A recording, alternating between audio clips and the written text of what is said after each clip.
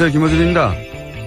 지난 주말 김관진 전 국방장관에 이어 임관빈 전 국방부 정책실장도 석방됐습니다.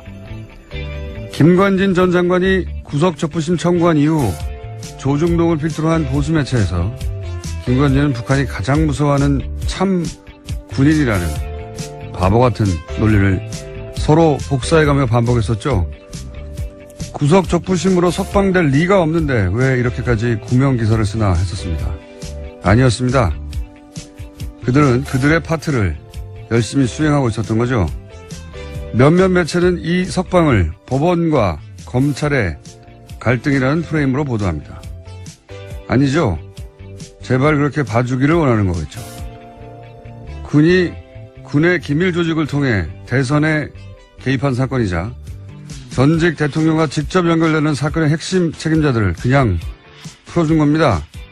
이 사건은 검찰과 법원의 법리가 부딪힌 게 아니라 법을 통해 세우려는 새로운 질서와 그 새로운 작동을 막아선 과거 세력의 힘이 부딪힌 거죠. 역사는 이런 힘을 반동이라고 합니다. 반동의 성공은 구체제의 부활이죠. 김어준 생각이었습니다. 아주 주말 사이에 재밌는 뉴스가 많이 나왔습니다. 네, 뉴스가 정말 많았습니다. 자, 임관빈 정책실장도 풀려났죠? 예, 지난 24일인데요. 김관진 전 장관과 같이 구문 댓글 부대 관련 혐의를 받고 있었습니다. 그런지 구속된 지 13일 만인데 김관진 전 장관이 구속적부심으로 석방되자 임 전 실장도 구속적부심을 청구했고요. 법원이 이를 받아들였습니다. 신광열 수석부장판사는요. 혐의는 다툴 여지가 있고 증거를 없애거나 도망갈 우려가 있다고 보기 어려워서 석방했다라고 밝혔습니다. 이게 말이 안 되는지는 저희가 잠시 후 일부에서 이정열 전 부장판사 오늘은 직접 수준에 나옵니다. 네, 나와서 자세히 다루기로 하고 되돌아보니까 딱딱 맞아 떨어져요. 그러니까 구속적부심 청구부터 이상한 거죠, 이게. 예. 법적으로 변한 게 아무것도 없는데 그럼 청구 자체를 안 하는데 안 되니까 근데 청구를 합니다. 그리고 조선일보를 필두로 북한이 제일 무서워하는 참군인. 예. 제가 계속 바보 같다고 비웃었는데. 근데 조중동이 계속 해요. 원래 조중동은 안 될 일은 붙들고 있지를 않아요. 왜냐하면 그러다가 진짜 안 되면 조중동 영향이 없다는 걸 인정하는 거 아니에요.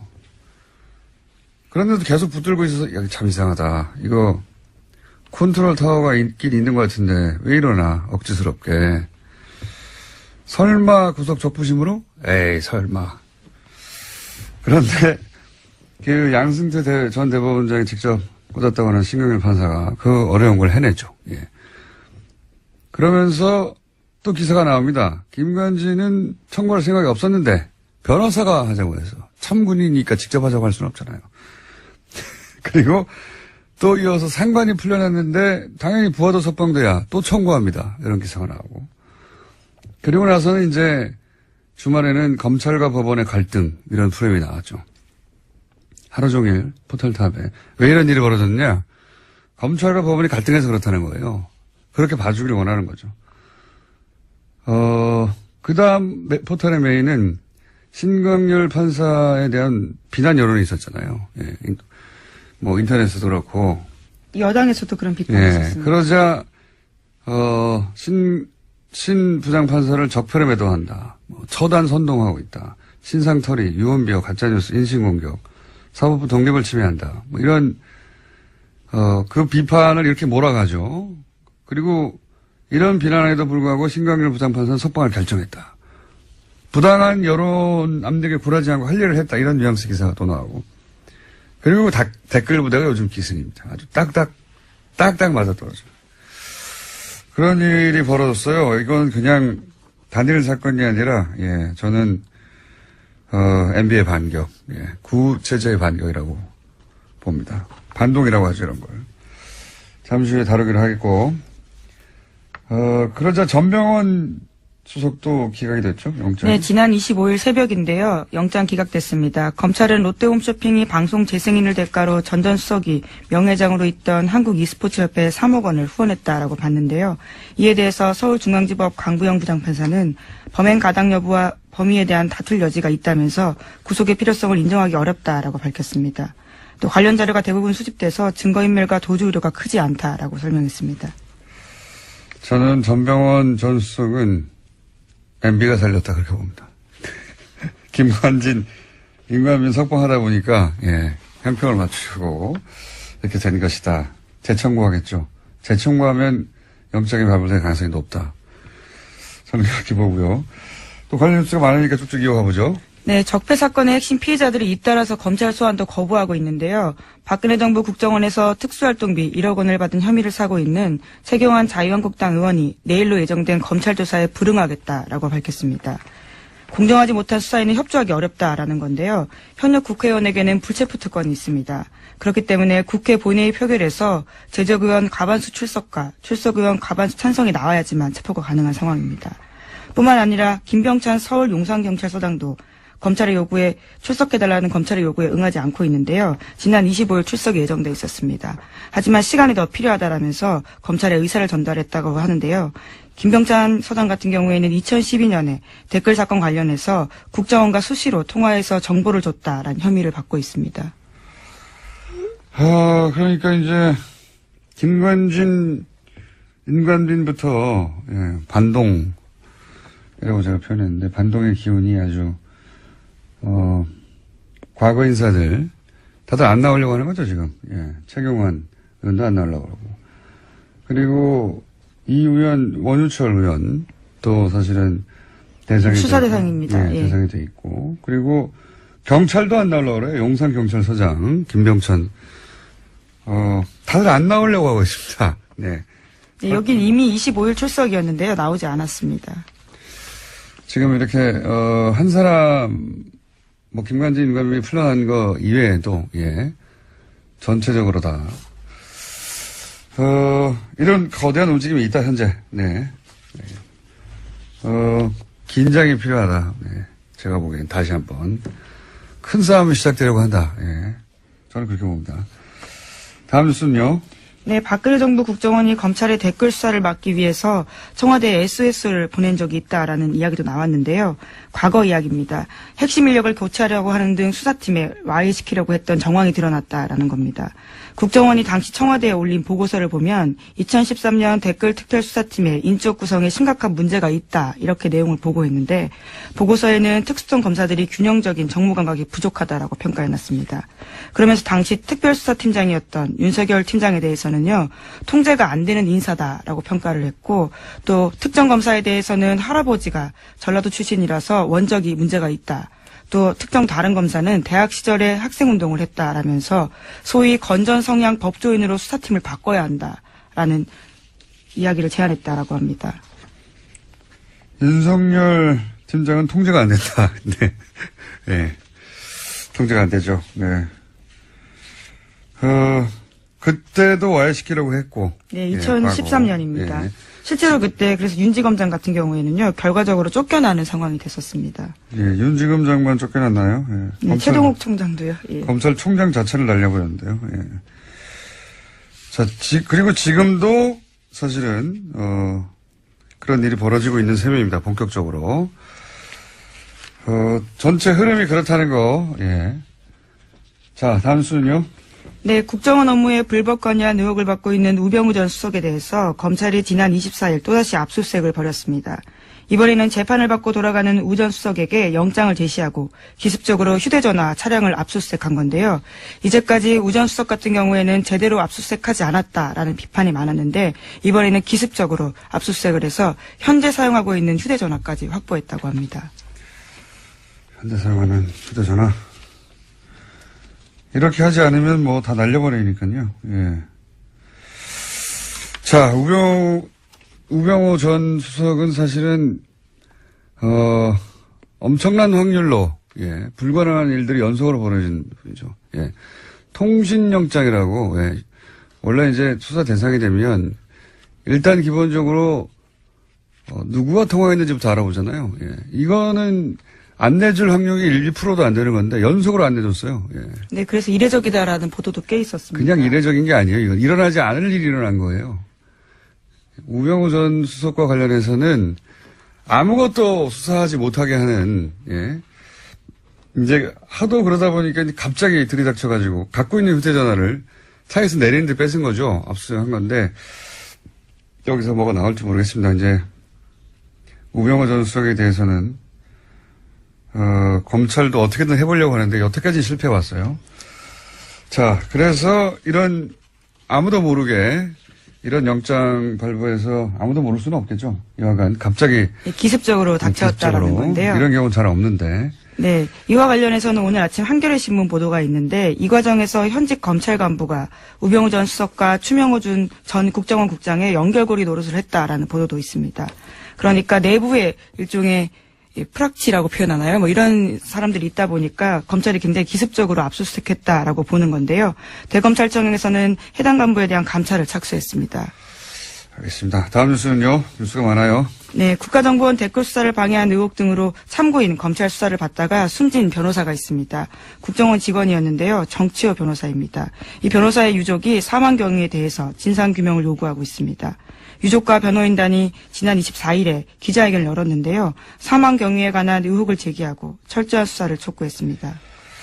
저희도 한번 다룰 생각인데, 처음에 자살 기도했다고 하는 그 장소부터가 알고 보니 자살을 할 수 없는 장소였다. 물도 얕고, 그리고 워낙, 차량 이동이 많고, 뛰어내리면 누구나 볼 수 있고, 누구나 볼 수 있다는 건 금방 구출된다는 얘기죠. 근데 수심도 얕아서, 1.5m밖에 안 되고, 그러니까 자살을 정말로 하려고 했던 게 아니라 본인이 어떤 상황에 처해 있는지 알리려고 했던 거죠. 예.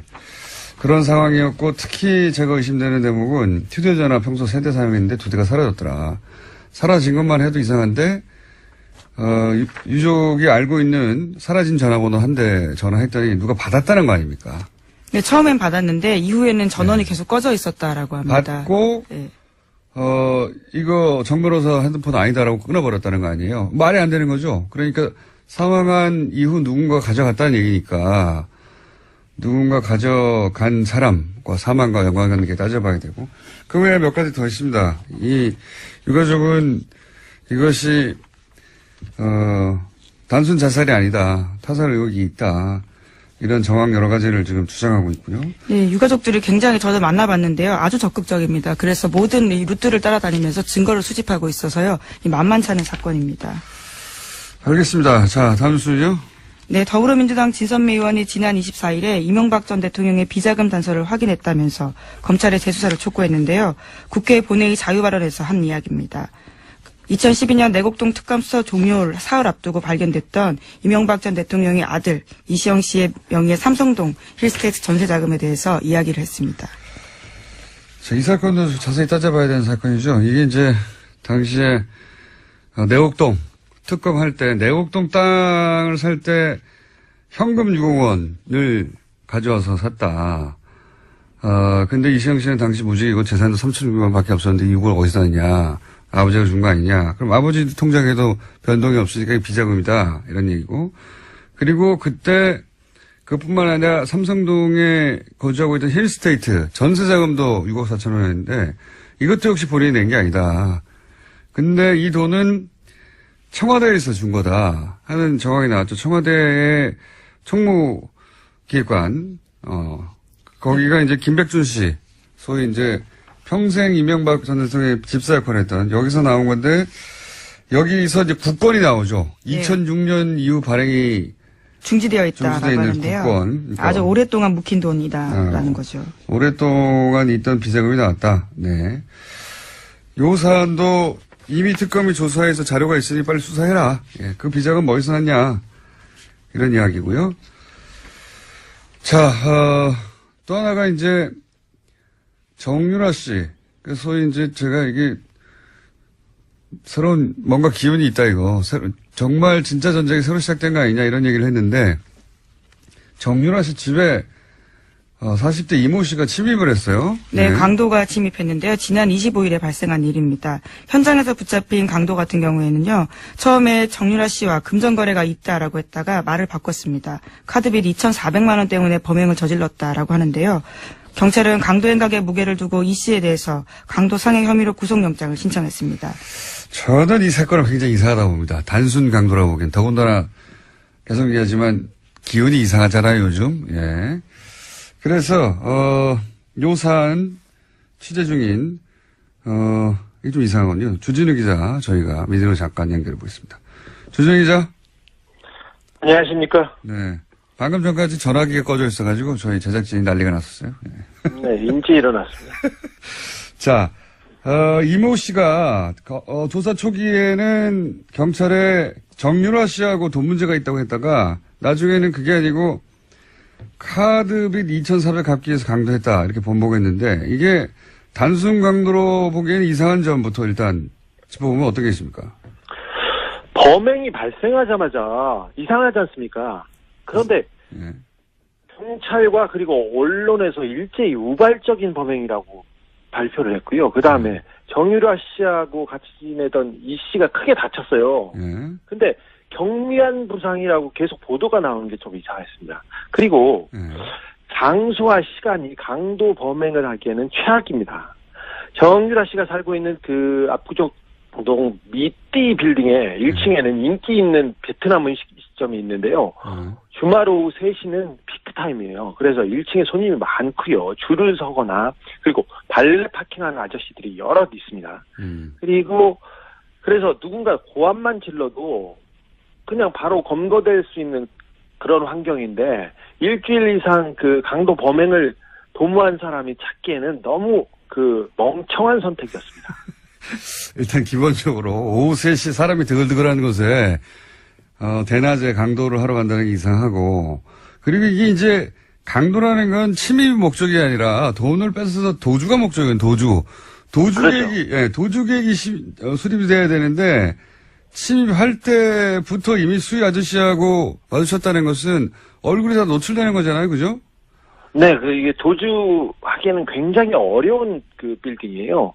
정유라 씨 집은 지하 1층하고 1층에서 출입구에 그 카드를 이렇게 대고 올라가야 되는데요. 지하 1층에서 1층에 저기 경비 아저씨가 있어요. 네. 아까 말했듯이 1층에는 발레 아저씨들이 덩치 큰 아저씨들이 많습니다, 거기에.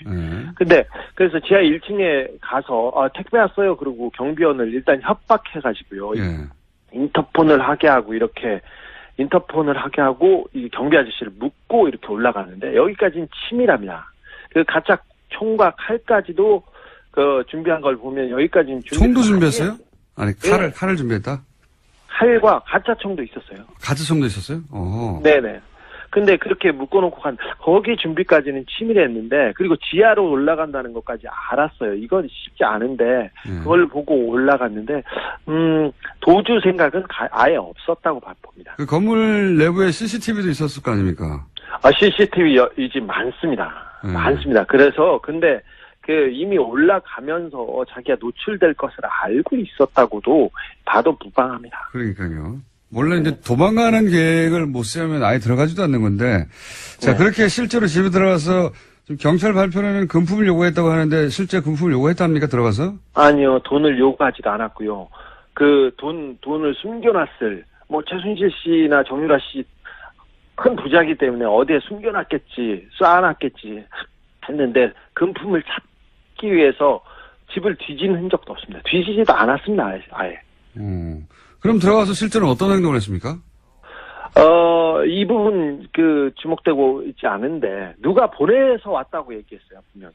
누가 보내서 왔다. 그리고 정유라 나와라. 할 얘기가 있다.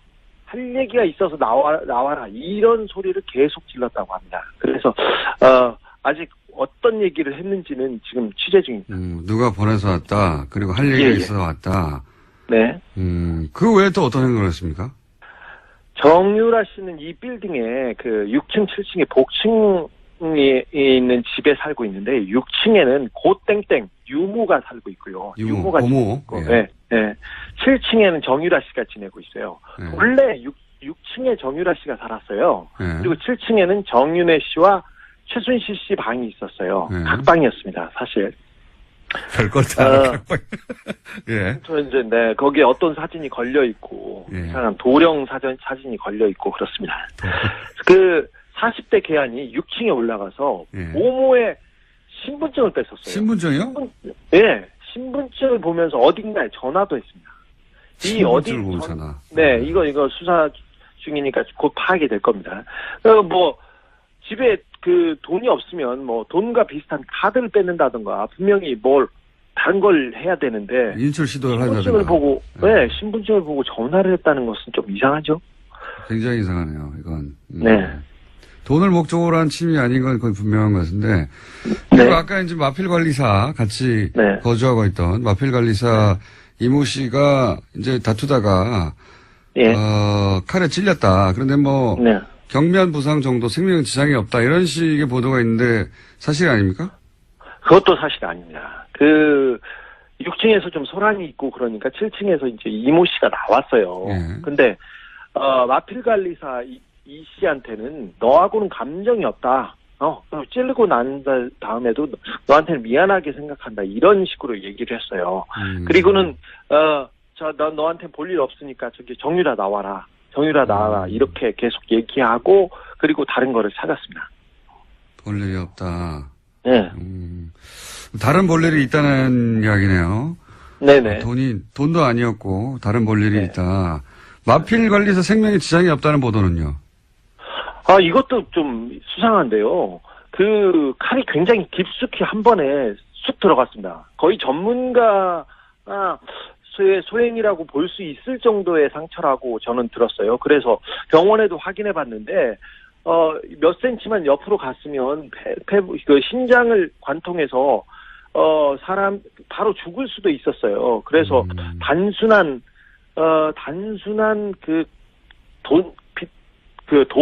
빚 때문에 벌인 범행이 분명히 아니라는 것은 분명합니다. 피가 너무 많이 나서요. 네. 그 생명에 지장을 줄 뻔했습니다. 범인이 전과가 없는 초범이었는데요. 칼을 매우 잘 쓴다는 특징이 있습니다. 그렇군요. 그럼 신고는 누가 한 겁니까? 사실, 신고한 사람도 안 나왔는데. 예. 네, 사실 초범이 이렇게 칼 쓰다가 이거 쉽지 않거든요. 손 다치고 힘든데 이거 말끔하겠습니다. 신고는요. 괴한이 소란을 피우고 이 씨하고 격투가 벌어졌지 않습니까? 그래서 정유라 씨가 아이하고 이렇게 방의 문을 잠그고 방 문을 붙들어 잡고 있으면서 전화를 했습니다. 정유라 씨가 누가 신고하는지 보도가 안 돼가지고. 그러면 정유라 씨 정도는 굉장히 중요한 증인인데 경찰이 건물을 감시하고 신변보호하고 있지 않았나요? 사실 경찰 한 명이 보호하고 있었습니다. 근데 이모 씨가 이 부분도 따돌리고 들어갔습니다. 심상치 않네요. 그러면 마지막 질문인데 이게 돈도 목적이 아니고 무슨 할 말이 있어 왔다. 신분증을 뺏어서 어디론가 전화했다. 종합적으로 볼 때 따로 볼 일이 있었다고 했던 그 볼 일은 뭐라고 지금 아직 취재 중이긴 하겠지만. 네, 이거 봅니까, 파악 중인데 사실 박근혜 최순실 씨 주변에서는 이런 일이 많이 있습니다. 누가 죽거나 다치거나 그리고 뭐 정유라 씨, 장시호 씨가 뭐 누구 사람을 만난다던가 남자를 만나면 조폭을 보내는 경우도 특별한 일은 아니니까요. 근데 이 사건에서는 의심해볼 정황이 너무 많습니다. 특별히 정유라는 박근혜, 최순실, 이재용에게 가장 중요한 증인입니다. 특별히 박근혜와 이재용 씨의 뇌물 사건이에요. 뇌물의 실질적인 증거 있지 않습니까, 이분이. 그래서 지난 재판에서 이들에게 불리한 증인을 해가지고 이재용 부회장한테 유죄를 받는 결정적인 증거가 되기도 했으니까요. 사실 정유라 씨가 겁을 먹거나 아니면 다른 증인이 그 겁을 먹고 입을 다물라고 메시지를 보내기에는 이보다 더 좋은 상황이 없습니다. 특별히 적폐 수사 자체를 흔들어볼 목적으로 지금 뭐 세력이 규합되고 이상한 징후들이 많이 보이는데 이걸 목적으로 누구를 그 사람을 보냈을 가능성을 열어놓고 이 범행의 동기와 배후를 파헤쳐야 된다고 봅니다. 분명히 우발적인 범행은 아니었습니다. 알겠습니다. 오늘 여기까지 하겠습니다. 감사합니다. 네. 네, 시사인 주준희 기자였습니다. 저는 특히 이 집 보모 신분증을 뺏었다는 게 이게, 이상하네요. 왜냐면은, 신분증 봐서 뭐예요? 아무 상관이 없잖아요. 근데, 그걸 강도라고 생각하면 이상한데, 그게 아니라, 거기 있는 모든 사람의 심리적 압박, 거기 같이 있던 마필 관리사, 유일한 남자였거든요. 그 사람은 칼로 찌르고, 그리고 보모는 신분증을 누구한테 신분을 불러준다고, 주민등록번호 불러준다고 생각해봐요. 보모 입장에서 굉장히 심리적 압박이거든요. 누군가 내가 여기 근무하는 걸 알고 있다. 그런 목적이 아니었을까. 그렇지 않고서는 대낮에 들어가서 신분증을 뺏어가지고 전화하고 내가 누가 보냈다 할 얘기가 있다. 이럴 리가 없죠. 그 도주의 계획이 없잖아요. 이건 기본적으로 침해 계획만 있어요. 굉장히 이상한 사건이다. 예, 저는 그렇게 봅니다. 자, 오늘 여기까지 할까요? 네, 인사드리겠습니다. 여기까지 할 거면 그냥 중간에 보낼 걸 그랬어요. 네. 지금까지. 네, 시사인 김은지였습니다. 감사합니다. 네, 감사합니다. 국민 여러분, 안녕하십니까. 여러분의 귀염둥이 MB 인사 올리겠습니다.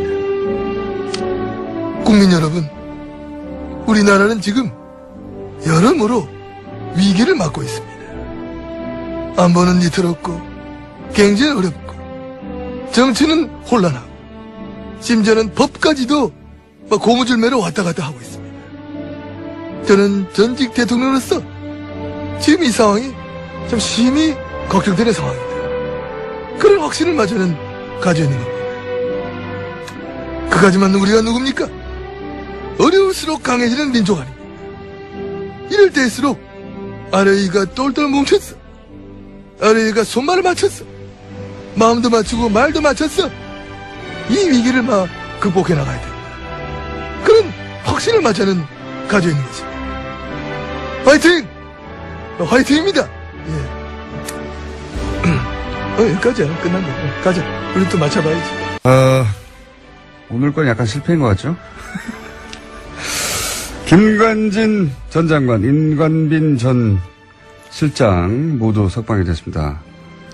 이 사건 저희가 뉴스공장 전속 영장 해설판사, 법무법인 동안의 변호사 아니고 사무장. 그리고 영장 전담 판사를 실제로 해본 경력을 가진 이정열 전 부장판사. 오늘은 스튜디오에 직접 나오셨습니다. 안녕하십니까? 네, 안녕하십니까. 아니, 어떻게 스튜디오에 직접 나오겠다고 하셨어요? 이게, 저 처음에 공장장님도 서두에서 말씀하셨지만은 좀 이상합니다. 지금 상황이 되게. 매우 이상한 예. 상황입니다. 매우. 예. 좀 엄중한 상황이 아닌가 싶어서, 예. 뭐 제가 그렇게 영향력이 있거나 그런 사람은 아니지만, 그래도 좀 알고 있는 건 좀 청취자님들께 전달을 해드려야 될 의무가 있지 않나 싶어서 청을 넣었는데, 예. 또 여기 사실 출연하고 싶어 하시는 분들 되게 많으시잖아요. 되게 많습니다, 예. 사실. 예. 근데 그렇게 받아주셔가지고 너무 감사합니다. 좀 뽑으려고 그러는 거죠? 예. 준비되어 있습니다. 예. 예. 지난주에 저희가 잠깐 인터뷰를 했어요. 예. 잠깐 인터뷰 할 때, 이런 방식의 석방은 정말 드문 일이고, 네. 예. 구속적부심으로 이제 석방이 된다 하더라도 보통은 이제 영장이 발부됐는데 그 이후에 합의가 됐다더라. 네. 혹은 새로운 유리한, 이제 구속된 사람에게 유리한 증거가 나왔다더라. 네. 그럴 경우에나 되는 건데, 지금 네. 아무 일도 없는데,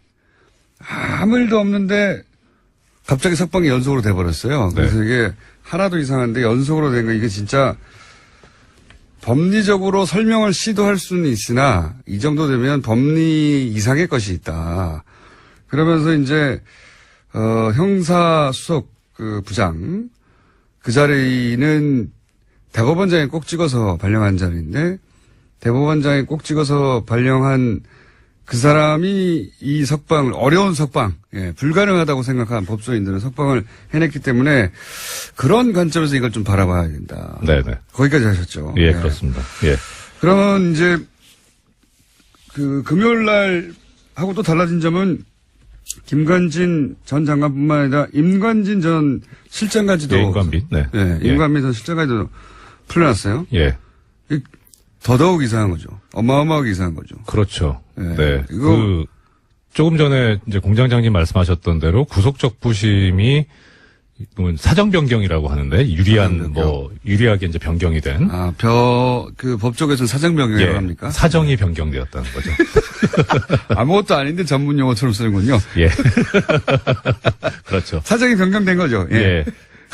그러니까 사정 변경이 없는데 석방 결정을 하는, 그러니까 종전의 영장판사의 구속영장 발부 결정을 뒤집는 경우가 그렇게 흔하지가 않다는 네. 말씀을 드렸는데, 더 이제 임관빈 전 실장 같은 경우에는 더 한 게, 네. 두 사람 사이 석방 결정에 차이점이 하나 있지 않습니까? 돈 내고 나가라는 그렇죠. 거니까 1,000만 원 보증금 내고. 네. 예. 그래서 이게 사실 이런 제도가 제도 취지는 참 좋아요. 그래서 원래 그 구속을 하는 게 도주 우려가 있거나 증거인멸의 우려가 있을 경우에 하지 않습니까? 네. 그런데 증거인멸의 우려가 없다면 그러면 도주 우려가 설령 있다고 하더라도 돈을 내게 해서 나중에 이제 도망가면 그 돈이 몰수가 되니까. 돈 날릴 걱정 그렇죠. 때문에 못 도망가게 하네. 그러니까요. 근데 1,000만 원 때문에 도망 안 가나요? 좀 액수도 적긴 한데 뭐 그건 예. 지금 별 문제고. 뭐 한 10억 정도 걸었으면 모르겠어요. 그러니까요. 예. 뭐 하여튼 근데 왜 이렇게 뭐랄까요? 구차해 보이는 1,000만 원 때문에 도망 안 갈 리도 없는데 무슨 1,000만 원 걸고 풀어줬지? 이거 왜 그런 겁니까? 그러니까 일단 제 생각에는 이건 추측인데 당초에 김관진 전 장관에 대한 석방까지는 염두에 뒀던 것 같아요. 예. 그런데 그 다음에 이제 임관빈 전 실장이 또 청구를 하니까 예. 그냥 그림상으로는 사실 상급자가 나갔는데 예. 하급자를 구금해 둔다는 게 이상하잖아요. 예. 지체를 그러니까 한 사람도 나갔는데. 그렇죠. 그러니까 형평상 풀긴 풀어야 되겠는데 예. 그런데 이제 김관진 전 실장하고 김관진 전 장관하고 임관빈 실장하고 실장 차이가 뭐냐면 차이가. 혐의가 정치 관여 부분은 서로 지금 뭐 공통이 돼 있는데 예. 임관빈 전 실장 같은 경우는 뇌물 부분이 있어요. 뇌물 부분. 예. 그러니까 사실 이건 풀기가 어려워요. 더 어렵다. 어려워요. 그 다음에 뭐 다른 시간에 기회가 되면 혹시 말씀드릴 수 있을지 모르겠지만 김관진 전 실장 같은 경우에는 법리적으로 무죄다라는 주장을 변호인이 했거든요. 아예. 예. 근데 그 주장이 이제 뭐 틀린 주장이긴 하지만 틀린 주장이지만. 무슨 얘기를 했냐면은 국무위원이기 때문에 무죄다 이런 주장을 했어요. 국무위원이니까 정치 관여할 수 있다. 뭐. 그렇죠. 한마디로 말하면. 네. 예. 그런데 임관빈 전 실장 국무위원도 아니거든요.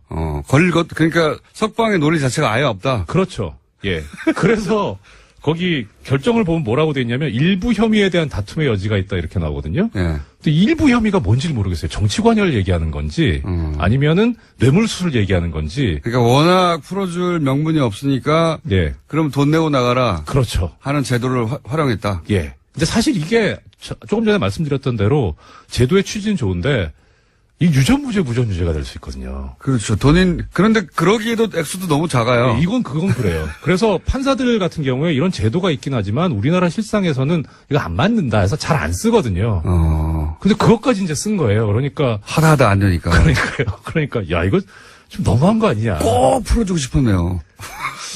꼭 풀어줘야만 했겠죠. 정말로 꼭 풀어주기 위해서 그렇다고 이제 그 수석 부장판사 아무나 되는 게 아니지 않습니까? 그렇습니다. 실력은 좋은 거잖아요. 실력 있어야죠. 그러니까 온갖 끌어다 땡길 수 있는 거는 다 박박 끌어 쓴 거군요. 이게. 그렇죠. 그리고 게다가 이 실력도 실력이지만 지금 신광열 수석 같은 경우에는 제 기억에 아마 2012년 9월에 고등부장 승진한 걸로 알고 있어요. 네.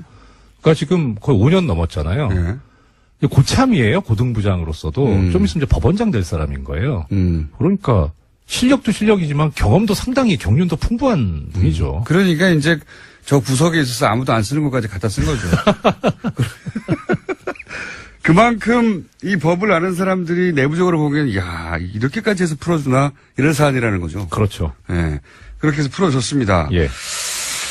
풀어줬는데 여기서 이제 한 가지 정도만 따져볼까요? 뭐 법리를 따질 이유가 없다고 하셨는데 말이 안 돼서 방어권 보장 위해서 풀어줬다고 했잖아요. 김관진 전 장관이. 이게 왜 말이 안 되는 겁니까? 그러니까 보통 이제 방어권 보장을 위해서 석방을 하는 경우에 구속영장 청구를 기각하거나 하는 이유는 뭐냐면 일단 검찰 측에서 이러한 범죄 혐의가 있다고 구속영장을 청구를 하잖아요. 그리고 이제 자료를 제시를 하죠. 네. 소명 자료를. 그럼 보면은 당연히 이제 어느 정도 증명이 되겠죠. 그러니까 검찰이 청구를 하는 거고. 근데 거기에 대해서 피의자 측이, 그러니까 영장 청구의 대상이 된 피의자가 사실은 이게 이렇게 된 거다고 자기한테 유리한 주장을 합니다. 네. 그러면서 일부 증거를 또 제시를 해요. 네. 그럼 재판부에서 보기에 이게 변명이 말이 된다. 설득력이 있다. 그 설득력이 있는데 이걸 뒷받침하려면 조금 더 증거를 수집해야 되는데 구속을 해놓으면 사실 제일 증거를 잘 알고 있는 사람은 피의자 본인이잖아요. 네. 그러니까 이렇게 구금을 해놓으면 검찰은 자유롭게 증거를 수집할 수 있는데 피의자는 구금이 돼가지고 자유롭게 증거를 수집할 수 없으니까 형평에 어긋난다 해서 방어권 보장을 해서 푼다는 거예요. 그러니까 네. 전제는 뭐냐면 증거 수집을 위해서 필요한 거죠. 그렇죠. 본인에게 유리한 증거. 피의자가 말하는 게 말이 되는 것 같은데 피의자한테 유리한 증거를 수집하려면 자의 몸이 돼야 되니까. 그렇죠. 이런 논리죠. 네, 그렇죠. 그러니까 이거는 사실관계 문제하고 법리의 문제가 있는데 보통 이제 다툴 때 네. 혐의를 다툴 때 근데 증거의 문제니까 이건 법리의 문제가 아니고 사실관계의 문제인 네, 거죠. 네. 사실관계를 다투겠다는 거. 내가 근데 그 돈을 줬다. 예. 그랬는데 그 준 증거가 5개쯤 있는데 한 2개밖에 못 모았고 3개 또 모아야 된다. 네. 예. 그렇죠. 뭐 그럴 때 이제 그 세 사람을 만나면서 막 그 증거를 찾아야 되니까. 그렇죠. 예. 예. 그럴 때 내가 보내주는 건데. 예, 풀어주는데. 그러니까 그러면은 이 재판부 논리대로 하면 이 사실관계에서 증거 수집에 지금 필요성이 있구나라고 이해는 할 수 있어요. 예. 근데 재미있는 게 이 김관진 전 장관의 변호인이 언론 인터뷰를 하면서 뭐라 그랬냐면 모든 증거가 다 수집돼 있다. 이런 얘기를 해요. 아니, 증거 인멸할 이유가 없다 이거죠. 그런 얘기인 것 같아요. 예. 다 수집돼 있는데 검찰도. 예. 뭐 증거 인멸할 그 여지가 없지 않냐. 다 수집돼 있는데. 그렇죠. 예. 그래서 증거인멸 우려가 없다는 취지로 그렇게 얘기를 한 것 같은데 예. 이때의 증거는 검찰 측 증거만 있는 건 아니죠. 모든 증거 다 수집돼 있으니까 그렇죠. 본인들 증거도 다 수집됐다는 그렇죠. 얘기도 하죠. 그러니까 방어권 보장의 문제가 아니게 되는 거죠. 자승자박을 해버린 거예요. 자기들도 모든 증거가 다 모여있다고 했는데 뭘 나가서 또 증거를 모으냐. 예. 그러니까 이것을 이렇게 변호인이 주장을 하는데도 방어권 보장 얘기가 나온 거라면 이거는 둘 중에 하나잖아요. 변호인이 주장하는 거를 눈을 감아버린 거예요. 아이, 네가 그렇게 설령 얘기는 하지만 그럴 리가 없어. 밖에 또 증거 또 있을 거야, 유리한 증거. 예, 그렇거나 예. 아니면은 이 방어권 보장이라고 한 부분이 잘못 쓴 거라는 거죠. 잘못 판단한 거라는 거죠. 잘못 판단이라기보다는 쓸 게 없어서 썼겠죠. 굳이 법리적으로 따지자면. 근데, 이제 법리적으로 말이 안 된다는 건 이미 말씀하셨고. 근데 이제 법리가 무의미하다. 네. 다른 의도가 있다. 이렇게 말씀하셨잖아요. 법리 말고 다른 의도가 있다라고 생각되는 정황들은 뭐 여러 가지 있으셨겠지만. 예. 판사로서 그런 생각을 예. 하셨던 포인트가 있을 거 아닙니까? 이게 저는 정보 수집할 방법이 그렇게 많지 않으니까 주로 언론 기사를 참조하는데 네. 주진우 기자는 조선일보라고 말씀하셨는데 전 세계일보에서 봤어요. 어떤 기사? 세계일보에서 그 얘기 하더라고요. 저기 아까 공장장님도 처음에 말씀하셨는데 원래 김관진 전 장관은 구속적 부심 신청을 할 생각이 없었는데 참군인이라서 참군인. 부하들의 책임을 다 지려고 그래서 참군인이라서 구속적 부심 신청하면 이상하다라고 해서 안 하려고 했는데 변호인이 강하게 권유를 해가지고 그래서 어쩔 수 없이 했다. 그게 이제 원래는 비판 여론을 이제 왜 구속적 부심 신청했냐. 네. 그리고 물타기 하고 석방된 이후에도 우호 여론을 조성하고 그러니까 참군인이기 때문에 네. 안 하려고 했는데 할 수 없이 변호인이 시켜가지고 했다. 네. 이렇게 이제 말아주는 기사인데. 예. 그러니까 그게 김관진 전 장관이 참군인일 수는 있겠죠. 전 잘 모르겠어요. 그거는 아는 바 없고. 주진은 참치군이라고 그러지만 참정치군이라고. 일단 법률계 쪽에서 보자면 변호인이 얘기한 게 좀 눈길이 가는 거예요. 네, 법조인의 관점으로 보자면 변호인이. 그러니까 의뢰인이 나는 적부심 신청 안 하고 싶은데라고 했는데 변호인이 주장해가지고 적부심 신청했다는 기사대로라면. 거예요. 예. 법무법인 발언이라고. 발언이죠. 예. 그 유명한 BBK를 담당했던. 그렇죠. 그 대표 변호사. 이명박 전 대통령과 아주 밀접한 관련이 있는. 예. 이명박 전 대통령 시절에 비약적으로 발전한. 네.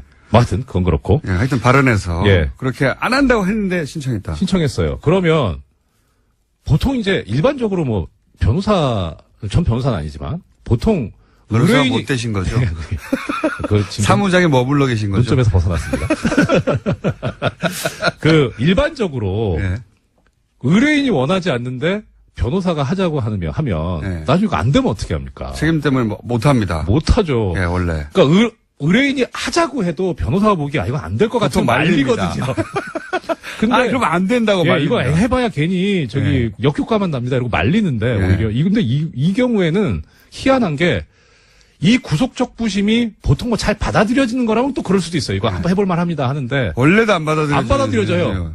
근데 그걸 하자고 해요, 변호인이. 게다가 이렇게 중요한 사건은 더더욱 안 받아주는데. 그러니까. 그걸 막 해요. 그러니까 이거 뭔가 이게 뭐 그런 소문도 들었어요. 법조계내에서 이거 뭐 저는 농담이라고 생각하는데 신광열 부장하고 강훈 대표 변호사하고 둘이 통화 기록을 좀 까봐야 되는 거 아니냐. 아. 이건 좀 심하고. 법무법인 발언하고 예. 신강렬 부장판사하고 서로 통화한 거 아니냐. 뭐 예. 이건 저는 아니라고 봅니다. 예, 그건 너무 예, 심한 것 같고. 그렇게 그런 방식 유치하게 하지는 않았을 예. 거라고 봐요, 저는. 예. 근데 적어도 최소한 이거 청구하면 가능성이 있다. 예. 라고 하는 어떤 뭔가 상당한 근거를 가지고 있다는 뭔가 거죠. 시그널이 있었으니까 했겠죠. 그렇죠. 예. 그렇지 않으면은 뭐 법무법인 발언 측에서 그 책임을 감수하면서 뭐 하려고 하겠습니까? 변호사들은 대단히 보수적입니다. 이럴 때. 그렇죠. 안 되는 걸 했다가 괜히 손해날 일을 아마도 피의자가 하자고 해도 안 된다고 말리는 게 정상인데 네. 안 한다고 하는 걸 끝까지 하게 했다고 하면 믿는 구석이 있어요. 그러니까요. 믿는 구석. 그러니까 이건 좀 이상하다. 뭔가 있다. 그 생각이 들어요. 그때부터 그러니까. 이상하다고 생각하셨고요. 예. 야, 이거는 안 될 일인데 왜 변호사들이 먼저 나서서 했단 말인가. 그러니까요. 게다가 이어서 또 임관민 실장은 그런 기사가 나왔거든요. 중간에. 예. 아니 지시한 사람이 나갔으면 이제 그러면 부하도 나가야 되는 거 아니냐. 이걸 예. 이 기사의 톤은 너도 내가 해라. 예. 내가 싫지만 예. 신청해가지고 만약에 석방이 되면 그 석방을 근거로 부하도 풀려날 수 있지 않겠습니까? 라고 권유했다고. 그 얘기도 참군이. 나와요. 예, 그 참군이. 얘기도 기사에 나와요. 예. 그러니까 곧 임금위도 신청하겠구나. 예. 두 사람을 풀어주는 논리를 그렇게 연결했구나 하고 예. 딱 눈치를 챌 수밖에 없는. 그렇죠. 그렇죠? 그 세계일보 그 기사가 저는 너무 마음에 들더라고요. 그래서 김관진 전 장관이 참군인이라고 쓴 논조인데 이거 뭔가 지금 얘기가 있었다는 소리구나. 그러니까요. 자기들끼리 다 얘기가 됐고 요거 먼저 석방하고 그다음에 부하를 석방하는 거구나. 예. 부하 석방은 너무 말이 안 되니까 돈으로. 돈 1,000만 원 내고 나는 걸로 풀어줬구나. 저는 신광열 부장판사의 성향만 막연히 믿고 변호사가 배팅했다고 보지는 않습니다. 그건 좀 위험하죠, 사실. 예, 그건 말이 안 예. 되는 것 같고. 왜냐하면 조중동 매체들이 사전 여론 조성 작업부터 쭉 했잖아요. 참군인. 얼마나 많이 기사를 냈는지.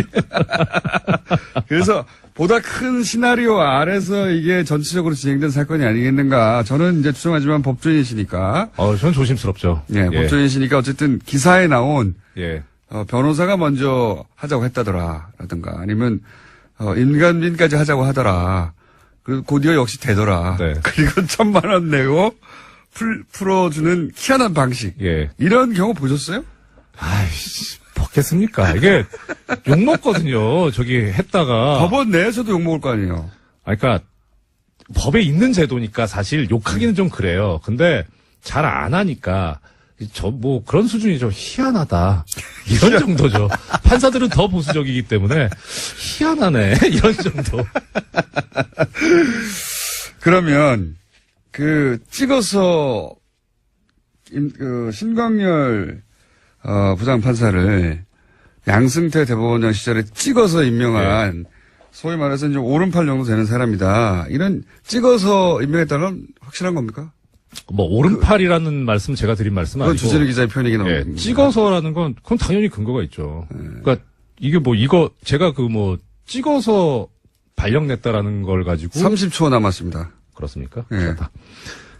최초 보도한, 비난하는 얘기를 최초 보도한 문화일보 기사에도 그렇게 나와 있어요. 2006년 2월 2일자 기사인데, 거기 보면, 서울중앙지방법원 형사수석 부장판사로 신광열 부장이 간다라고 그렇게 나와 있어요. 근데 인사 발령문이 그렇게 돼 있어요. 아예. 발령문이 딱 그 사람 이름을 예. 찍어서 예. 두리뭉실로 나오는 게 아니라 그러니까 신광열 부장만 게 아니라 다른 수석 부장들 다 그래요. 찍어서 부장판사는 네. 법무법인 동안 사무장 이정열 전 부장판사였습니다. 네, 고맙습니다. 지난주 이 시간에 저희가 조선일보가 포항 지진 후에 우리 원전은 안전하다. 이번 지진보다 250배 큰 지진이면 더 안전하다. 이런 기사 나왔었죠.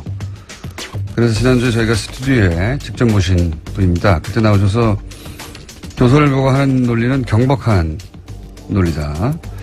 반박하신 분인데 월성 2345 원전을 직접 설계에 참여하신 원자력 안전관 미래의 대표 이정현 대표님 나오셨습니다. 안녕하십니까? 안녕하세요. 반갑습니다. 대전에 계신데 지난주에는 미리 전날 일요일 날 오셔서 주무시고 오셨는데 오늘은 어떻게 오셨습니까? 걸어왔습니다.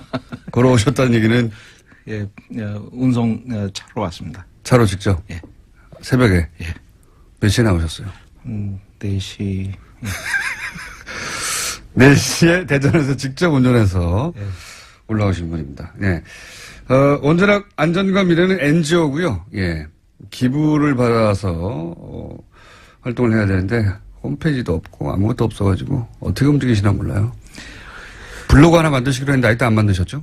예, 만드는 중입니다. 이렇게 이제 뭐랄까요. 지금 현재 원전을 움직이는 분들의 반대하는 분들은 먹고 살기 힘듭니다. 먹고 살기 힘든다. NGO 외에는 이런 일을 하는 분들이 없다. 이런 말씀 먼저 드리고 나서 그 얘기부터 한번 해볼게요.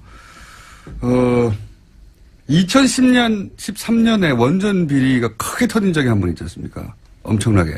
예.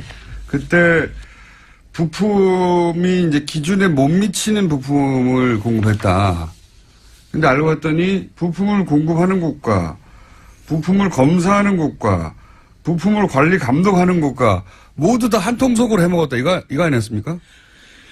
예, 모든 것이 다 한수원이 움직이는 발주처죠. 발주처의 계약 구조로 움직여지기 때문입니다. 그래서 결국 올라가 보면 돈이 결국은 다 발전 사업자 한 군데서 다 나오기 때문에. 발전 사업자라는 건 한수원. 예. 그래서 그쪽에 패권주의로 나가면 대항할 자가 아무도 없는 거죠. 아무도 없습니까? 예. 그러니까 지금 연구를 하기 위한 돈, 그리고 뭐 정비를 하기 위한 돈, 제작을 위한 돈, 뭐 품질 관리를 위한 돈, 공인 검사를 하는 돈, 다 한 군데 사는 겁니까? 다 거기서 돈이 나옵니다. 규제까지도 일부 돈이 나온다. 규제 검사까지도. 그러면 처음부터 끝까지 다 한 군데서 하면 누가 감시합니까? 감시를 결국은 우리나라는 알아서 자발적으로 잘할 것이다. 그런 주의입니다. 원전에 관한 한. 예. 원전에 관한 한 잘 하겠거니. 그러니까 왈가왈부 하지 마라. 알아서 잘할 거다. 알아서 할 거다. 예, 믿어달라. 믿어달라. 그래서 그런 얘기가 나오지 않습니까? 이거 처음부터까지 다 해먹는 거니까 핵마피아 아니냐. 근데 그 업계에 계셨던 분으로서 직접 설계도 하셨던 분으로서 이 표현이 과합니까? 과하지 않은 것 같은데요. 왜냐하면 패권주의가 결국 마피아라는 같은 의미니까요. 같이 해먹는 거잖아요, 다. 아고라님은 적군입니다.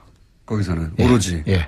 그러니까 원전 건설에 도움이 되냐? 예. 아니면 뭔가 자꾸 시비를 거냐? 이렇게 딱 나눈다는 거죠. 예. 그러니까 프로페셔널들이 결국 돈을 받고 일을 하는 사람들 아닙니까? 예. 명줄을 끊어버리는 거죠. 대표님은 명줄이 끊긴 상태고요. 몇 년 전에. 몇 년 전에 이미 끊긴 상태고요. 그리고 또 이런 얘기도 있었지 않습니까? 2013년이면, 박근혜 정부 출범 초기예요. 첫 해예요. 첫 해 이런 거대한 비리가 터졌는데, 실제 이렇게 터지고 나서 별로 바뀐 게 없다.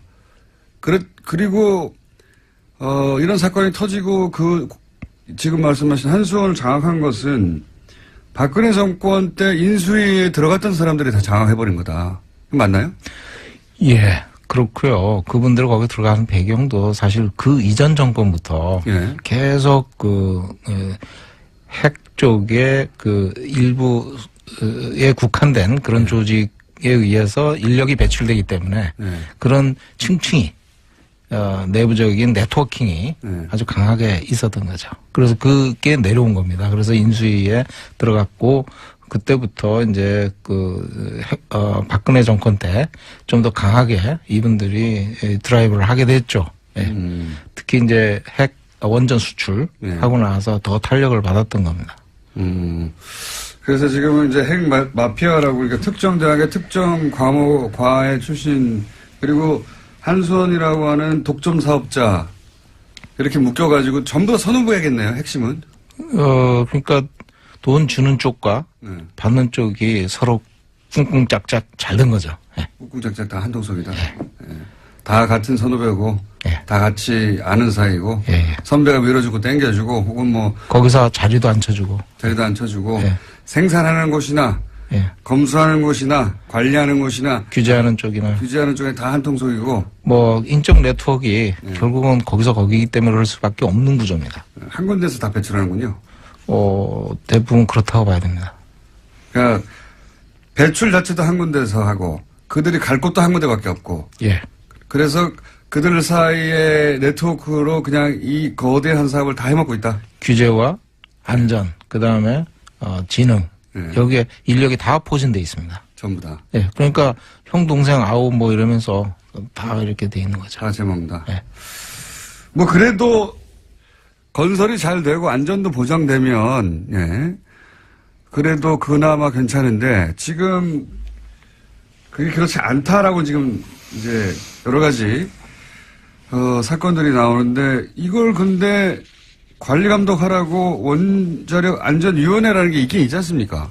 여기는 뭐 합니까?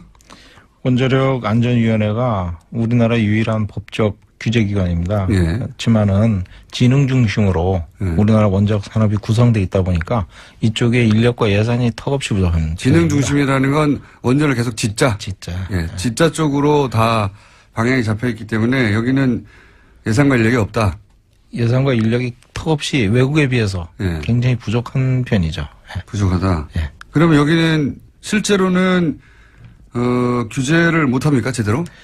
대표적인 예가 다소기 문제가 있었거든요. 어떤 문제? 신고리 오륙 건설 때 예. 인허가 심의 때 네네. 다소기 문제가 많이 대두됐습니다. 시민사회에서 제기를 많이 했고 그 가장 근본이 이제 후쿠시마 원전 사고가 1, 2, 3, 4호기 한 군데 밀집된 원전이 그대로 네네네. 동시 사고가 일어난 거지 네. 않습니까? 그래서 다소기가 한 군데 밀집돼 있으면 안 된다. 네, 그러니까 원전 다수혹이라는 건 원전이 한 지역에 밀집되어 있으면 그게 큰 문제다. 예. 예. 그런데 후쿠시마 원전 사고 일어났을 때 그게 교훈으로 예. 널리 전파가 됐거든요. 예. IAEA에서도 계속 권고를 하고 있고. 예. 서로 떨어뜨려라. 예. 짓더라도. 그런데 작년 예. 신고리 오륙후기 건설을 들어갈 때 심의 때 예. 최종 결정하는 과정에서 벌써 5년, 6년이 지났지 않습니까? 예. 이제 연구가 하겠대요. 다소호기 문제에 대해서. 승인을 해주고 난 다음에. 승인을 그게 문제라고 했는데 일단 다수 5, 6, 9호기라는 건 이미 1, 2, 3, 4호기가 있는데 그 해당 지역에 5, 6호를 또 진다는 거 아닙니까? 그렇죠. 그런데 이렇게 한 지역에 밀집되어 있는 건 위험하다고 계속 얘기했는데 이제 연구를 하겠다고. 예, 그 5, 6 허가 해준 다음에. 예. 허가를 그 지역에 내주지 말아야 하는 건데 연구가 끝날 때까지. 예, 다소호기 관점에서 우리가 진짜 안전위원회가 위험성을 고려해서 검토를 한다면 보류를 하든지 했어야 됐습니다. 그러니까 다른 논리가 아니라 아직 다소기에 대한 연구 자체가 안 돼 있기 때문에 제대로 우리나라에서는 예. 그럼 애초에 원자력 안전위원회는 그런 거 하라고 있는 곳인데 예. 그런 거 연구하고 규제해서 일단 보류했다가 이렇게 하면 되겠다는 결론이 나면 짓거나 말거나 해야 되는데 예. 그거 없이 일단 짓기 시작하고 나서 앞으로 연구하겠다. 예. 여기는 그럼 인력 구성은 어떻게 됐습니까? 연구자들 중심인가요? 아니면 뭐 실무자들 중심인가요? 원자력 안전위원회가 이제 공무원들이 있고요. 공무원들이고. 예, 그 다음에 거기 안전 전문위원들은 이제 주로 교수들, 교수. 그 다음에 이제 전문가들이 들어가 있습니다. 예. 근데 이제 다 이렇게 서로 네트워크로 돼 있는 분들이죠. 예. 그 다음에 안전기술원이라고 또 별도의 조직이 있습니다. 예. 거기는 이제 기술자 집단이거든요. 예. 거기서 이제 지원을 하게 돼 있는데 거기서 어떤 결론을 내도 사실 원자력 안전위원회가 공무원 사회고 지시받고 뭐 움직이지 않아야 되는데 예. 지능 중심으로 인력이 구성되다 보니까 예. 뭐 말할 필요가 없는 거죠. 예. 어떤 결론이 나더라도 항상 예. 건설을 하는 쪽으로 결론이 난다는 거예요. 이 위원회에서는. 예, 그래서 기술자 집단인 원자력 안전 기술원 그쪽에서 어떤 결론을 내면 예.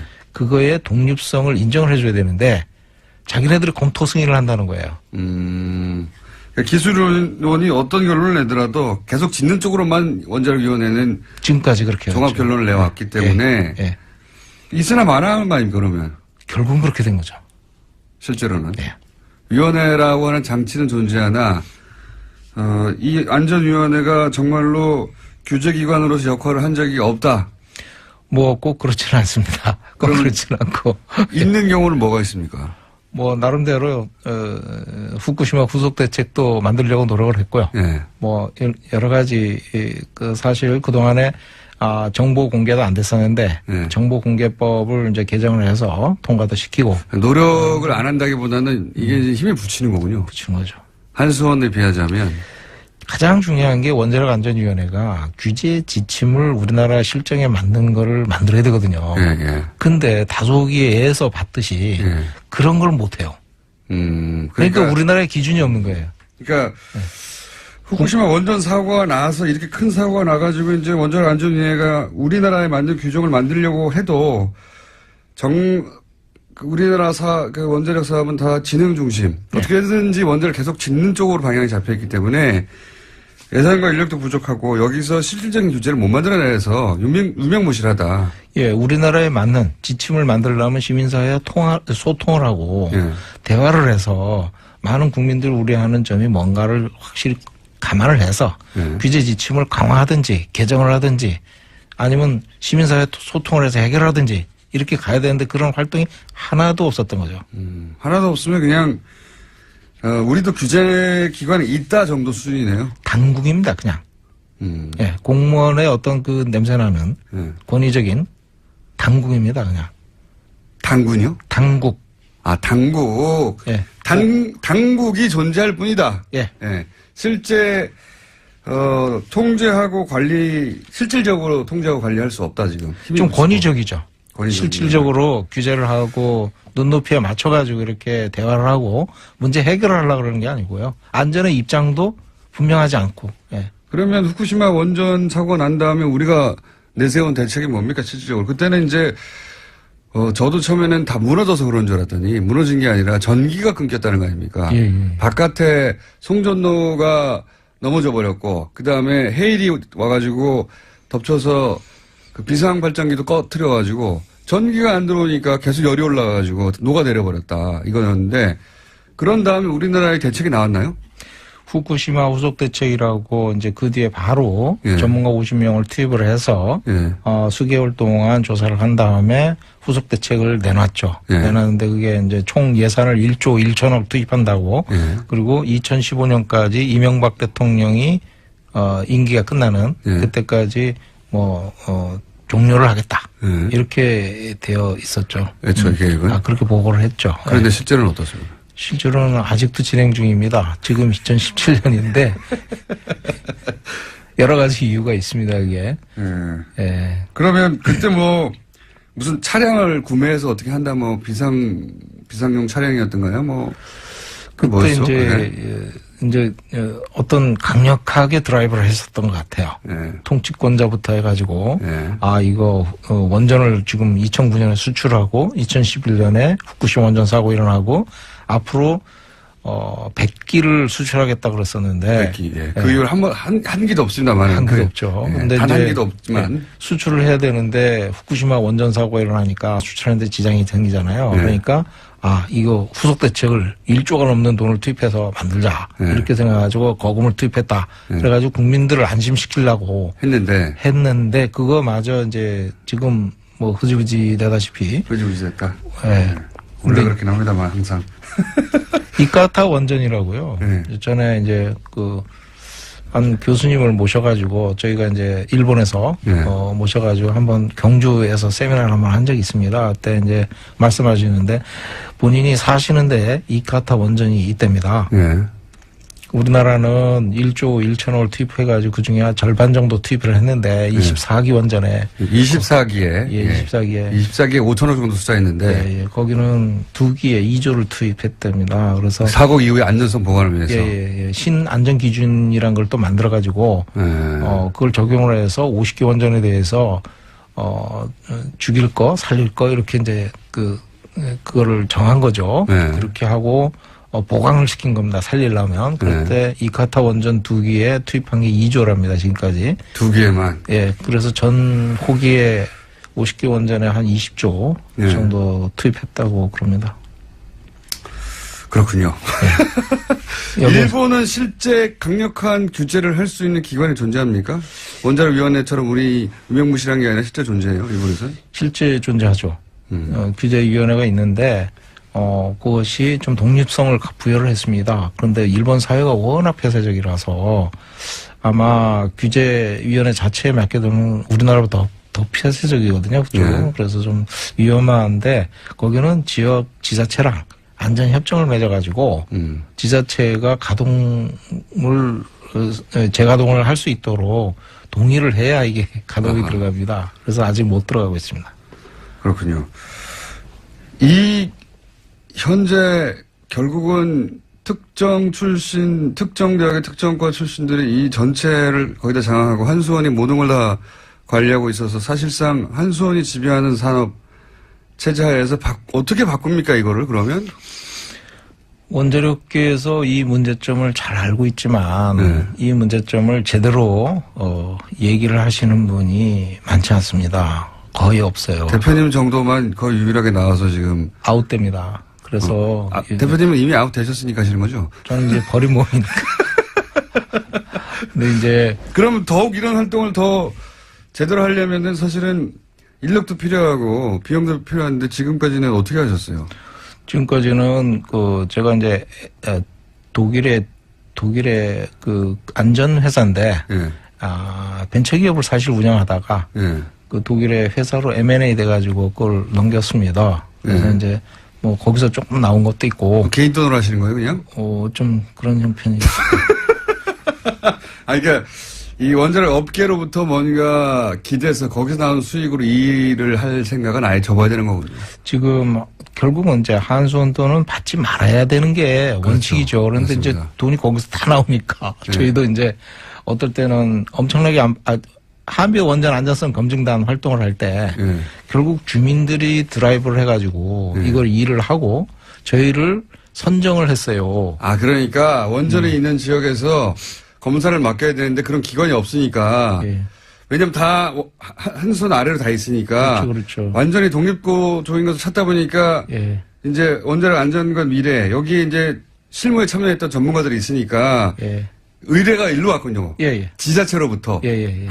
그래서 지자체라기보다도 완전히 한빛 원전 그쪽은 주민들이 주도를 합니다. 그래서 그분들 지자체가 아니라 그냥 그 시민들이 예. 주민들이 불안한데 독립적으로 판단해 줄 것이 없다. 저 담 넘어 뭐가 벌어지는지 모르니까 네. 들어가서 보자. 아하. 근데 전문가가 없잖아요. 네. 그래서 저를 다 한수원 밑에 있으니까. 예. 그래서 저한테 연락이 와가지고 한수원 밑에 없는 곳은 여기밖에 없으니까 원자력. 예.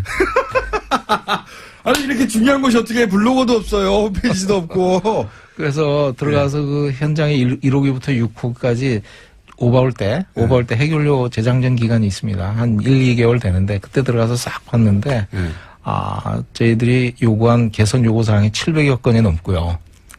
그거를 한수원이 다 수용하겠다 이렇게 됐고 지금 개선을 하고 있는데 어떻게 하고 있는지 모르겠습니다. 끝났으니까. 그러니까 원전이 있는 곳의 주민들이 내가 정말 안전한 원전 환경에서 살고 있는 건가, 안전성이 보장되는 건가 확인할 방법이 독립적인 기관으로부터 확인할 방법이 전문가들로 구성된 없어서 원자력 안전과 미래 같은 곳에서 의뢰한 케이스가 한 번 있었군요. 예. 이걸 근데 다른 지역의 주민들도 계속 의뢰해서 이런 일을 해야 되겠네요. 지역마다 참 다양하더라고요. 민심들이. 근데 이쪽은 이제 그렇게 해서 저희들 들어가서 봤는데 결국은 이제 돈은 또 한수원에서 나오잖아요. 결국은. 예, 결국은 물론 이제 저희들을 지정한 건 주민이지만 주민이 지정하고 지급할 것은 한수원이고. 예, 그래서 한수원 주기 싫었겠네요. 와, 되게 힘들었습니다. 6개월 뒤에 돈 받았습니다. 6개월 뒤에. 그 최초 아닙니까? 지금 한수원 정책과 정반대 혹은 뭐 한수원에 태클을 거는 기관이 한수원으로부터 돈을 받은 건 최초 아니에요, 혹시? 완전히 독립적인 입장에서 보자 그랬죠. 그 독립적인 뭐 반대라기보다는요. 완전히 독립적인 입장에서 보자. 예. 저희 안원구 청장님이라고 계십니다. 예. 뭔가 그분과 비슷한 신세 같기도 하고요. 자, 그런 분들이 저희 방송에 잘 나오세요. 예. 자, 오늘 여기까지 해야 되겠는데, 일단 블로그라도 만드셔야 저희가 소개라도 하죠. 예, 명심하겠습니다. 지난주에도 말씀드렸는데 아이템 블로그도 안 만드셨어요. 자, 오늘 여기까지 하겠고요. 저희는 반론 기회가 항상 열려 있습니다. 네, 한수원 인터뷰도 받으니까. 예. 반론 기회가 열려 있다는 이야기는 대표님한테 하는 얘기 아닙니다. 저 청취자한테 하는 얘기고요. 이 방송을 듣고 열받을 분들 있잖아요. 예. 그분들에게 드릴 말씀이고요. 오늘 여기까지 하고요. 벌써 끝났습니다. 20분이. 예. 별말 안 하신 것 같은데 벌써 끝났고요. 원자력 안전관 미래 사람들이 찾아보고 싶어도 아무것도 없어 인터넷에. 그러니까 제발 블로그라도 하나 만들어 주시고 다음 시간에 이 문제에 대해서 한 번 더 들어가 보고 싶습니다. 이 이야기를 할 수 있는 사람과 하고 있는 곳이 없어요. 예. 실제 원전 설계를 직접 참여한 사람들이 얼마나 있겠습니까? 그분들 중에 한수원의 영향력으로부터 벗어난 사람도 얼마나 있겠습니까? 없어서 저희가 계속 모시는 겁니다. 자, 오늘 여기까지 하고 다음에 꼭 블로그 만들어주세요. 예. 지금까지 원자력 안전과 미래 이정윤 대표였습니다. 감사합니다. 감사합니다. 해외 순방이 많죠. 네. 동행한 기자나 본인 입으로 방문 성과가 전해지는데요. 뉴스공장에서는 앞으로 이 해외발 순방 뉴스 팩트 체크를 해보려고 합니다. 네. 오늘은 첫 번째 순서로 지난 트럼프 대통령 방한 직전에 독일과 이스라엘을 방문해서 아이언돔의 배치 필요성과 수도권 3중 방어 필요하다는 주장을 했던 안철수 대표. 이 안철수 대표의 독일 방문 때 아이언돔의 필요성, 수도권 3중 방어에 대한 논의를 했던 상대방이 있습니다. 독일 안보 전문가 헤센 평화 갈등 연구소의 한스 요하임 슈미트 박사 직접 연결해 보겠습니다. 안녕하세요. Good morning. 안녕하세요. 먼저 이 헤센 평화 갈등 연구소는 어떤 것이고 본인은 어떤 연구를 하고 있는지 설명 좀 부탁드립니다. 네, 설명을 해드리자면 저희 연구소는 독일 및 또 유럽에서 가장 큰 평화 갈등 연구소로서 지금 현재 80여 명의 직원들을 운영을 하고 있습니다. 그리고 한 50명에서 60명 정도의 과학자가 같이 저희와 함께 프로젝트를 하고 있고 6개 연구 부서가 있습니다. 저는 그 중에서도 굉장히 큰 국제 안보 부서에서 종사하고 있고요. 저는 전문가로서 이제 전체 국제적인 그런 무력과 관련해서 그리고 EU 내에서의 군 통제와 관련해서 연구를 하고 있고 또 한반도의 이런 비핵화와 또 핵 관련해서 연구를 하고 있습니다. 그렇군요. 제가 듣기로도 이제 한반도 문제하고 핵 안보 분야 전문 수석 연구원으로 제가 알고 있었는데 그런 연구를 하시는 분이고 그런데 이제 한국에서 국민의당 안철수 대표가 지난 11월 4일 독일을 방문해서 프랑크푸르트 한 식당에서 만나 오찬을 한 것으로 보도가 됐습니다. 당시 만남이 어떻게 이루어진 거죠? 네, 그때 당시 안철수 대표의 요청이 있었기 때문에 만나게 된 것입니다. 그래서 프랑크푸르트에서 한국 정부와 또 프랑크푸르트 내에 있는 이 영사관 쪽을 통해서 저희가 만나게 되었고요. 그때 당시에 안 대표는 안보와 관련해서 이제 질문들이 있고 또 같이 논의를 해보고자 하면서 만났었습니다. 그래서 이스라엘에 있는 아이언돔을 방문을 할 예정이었기 때문에 또 미사일 방어 체계에 대해서도 굉장히 궁금해했습니다. 국내 언론을 통해서 전해진 당시 안철수 대표의 발언 내용을 보면 수도권에 3중 방어망이 필요하고 그래서 이를 위해서 이스라엘 아이언돔 시스템 도입하는 게 좋겠다 이런 발언이 있었다고 하는데 이에 대해서 박사님은 어떻게 답변을 하셨는지. 네, 아이언돔 같은 경우에는 제가 봤을 때는 서울이나 또는 인근 지역의 인구들을 보호할 수는 없을 거라고 생각을 합니다. 제 생각에는 이게 그저 뭔가 효과가 있다면 플라시보 효과 정도만 주지 않을까 생각을 하고요. 정치인들도 그걸 잘 알고 있다고 생각을 합니다. 그저 아이언돔이 주는 효과 같은 경우에는 제한적인 방어만 수도권 지역에게는 제공을 할 수 있다고 생각하고 만일에 북한이 아주 제한적으로 공격할 경우에만 도움이 되지 대대적인 공격일 경우에는 이게 오히려 문제가 될 수도 있다고 생각을 합니다. 결국에는 이런 아이언돔 같은 경우에는 큰 규모의 공격일 경우에는 방어가 전혀 되지 못하고 제한적인 방어만 제공을 할 수 있지 않을까 생각합니다. 안철수 대표를 만났을 당시에 그렇게 답변을 하셨습니까? 네, 제가 그렇게 안철수 대표에게도 설명을 했습니다. 사람들에게 심리적인 안정감만 가져다 주지 않을까라고 얘기를 했었고 정치인들도 그 부분들을 익히 알고 있을 것 같습니다. 그리고 이 아이언돔이라는 것 자체도 굉장히 비쌉니다.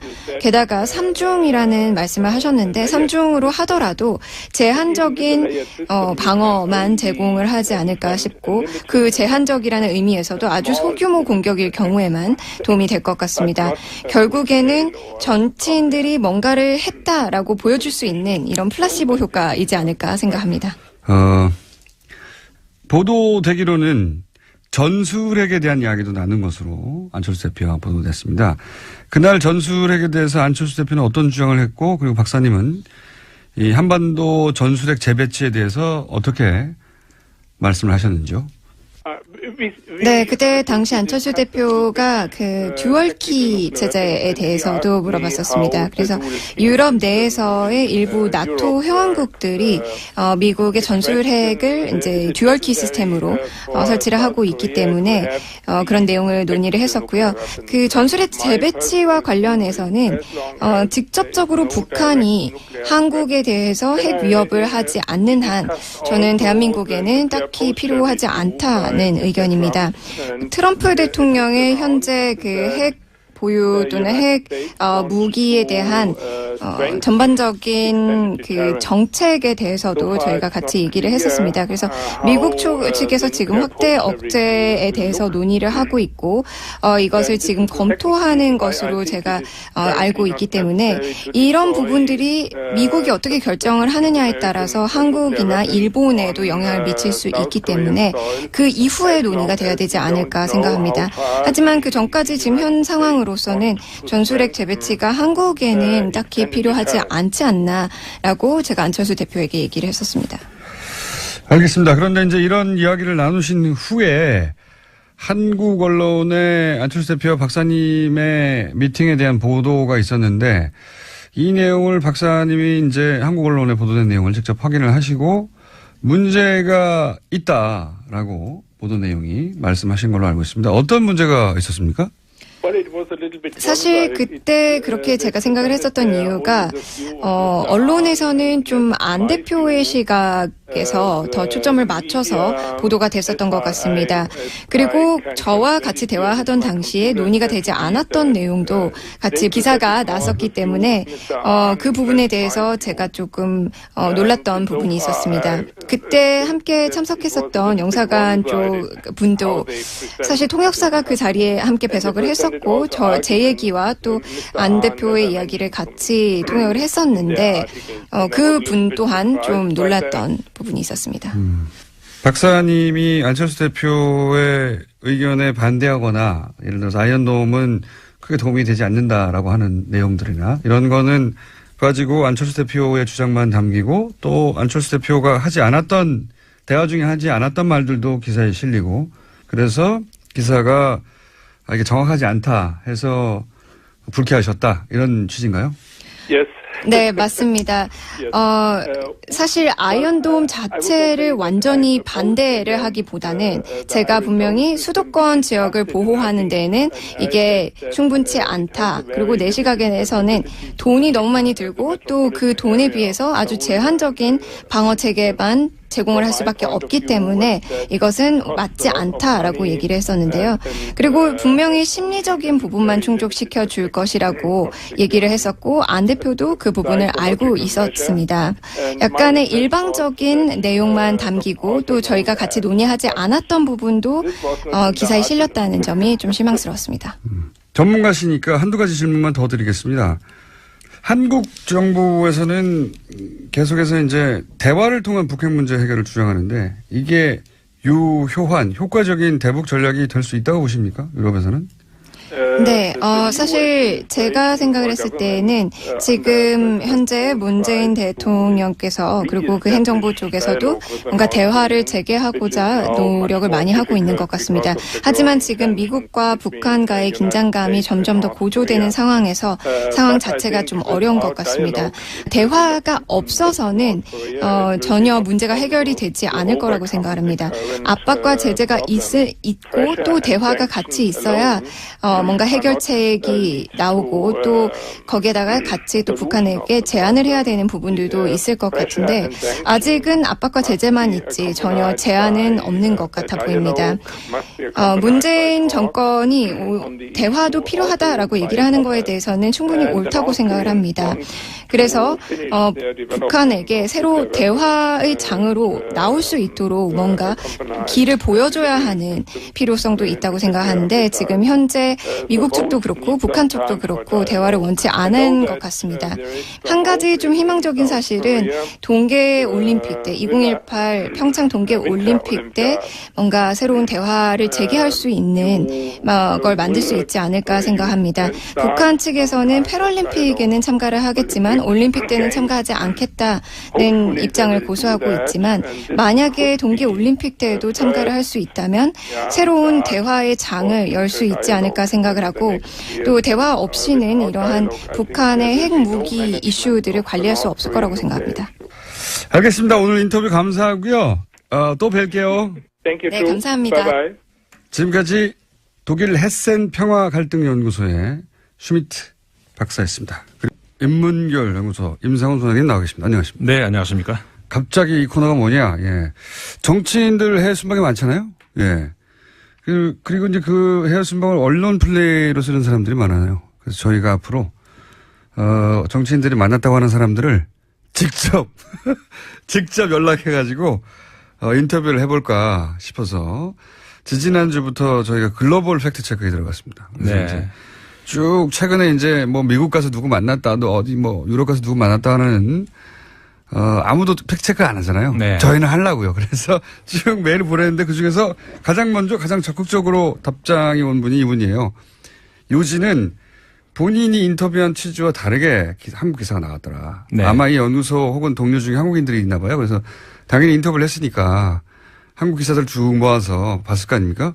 나 이렇게 말 안 했는데 혹은 뭐 내가 한 말을 왜 빠졌지? 혹은 안철수 대표는 이런 말 안 했는데 이렇게 자기가 보기에는 기사가 너무 이상하게 나가지고 화가 나가지고 네. 저희한테 뭐 한국 언론과 다시는 인터뷰 안 한다고. 그래서 제가 뉴스 공장을 주변에 물어봐라 한국인들에게 그랬더니 거기는 할만하다. 답이 왔어요. 인터뷰 빨리 하자. 그래서 인터뷰 이루어졌고 첫 순서였습니다. 이분은 말은 길게 했는데 요지는 그겁니다. 내가 인터뷰한 것과 다르게 나왔다. 하지 않은 말. 내가 한 말은 빠지고 안철수 대표는 안 한 말이 들어갔더라. 이런 요지죠. 예. 그러니까 아이언돔이 우리나라에서는 쓸모없다 거의. 네. 이런 얘기를 했는데 뭐 이 안에 보니까 좀 몇 가지 좀 그 포인트가 있는 것 같아요. 잠깐만요. 네. 앞으로 임상훈 소장님이 글로벌 팩트 체커 센터의 소장님을 가끔씩 하실 겁니다, 이제. 그래서 이 순서를 여기다 넣었어요. 예. 예. 말씀을 드리자면은 그러니까 네. 두 가지 정도 일단 뽑을 수 있을 것 같은데 일단 첫 번째는 그 미디어 관련 그러니까 우리나라의 언론에서 외국에서 보도되는 그러니까 외신 보도와 관련해서의 그 자세 그다음에 어떤 그 좀 팩트 체크 말씀하셨습니다마는 사실 따지고 보면은 그 외신 혹은 그 외국 전문가들과의 인터뷰 정치인들의 인터뷰 관련해서 팩트 체크의 원조가 사실은 공장장이셨죠. 맞아요. 아마 그 아주 젊으신 분들은 기억을 못 하실지도 모르는데 과거에 김대중 대통령이 당선이 됐을 때 그 직후에 미국의 언론에서 이러이러한 보도가 나왔다라고 우리나라 이제 모 언론에서 모 언론의 조선일보에서 보도를 한 것을 그 당시만 해도 사실 외신을 접하기가 우리가 어려웠었죠. 맞습니다. 인터넷이 이제 초창기였으니까. 그래서 외신 보도가 나오면 그런가 보다.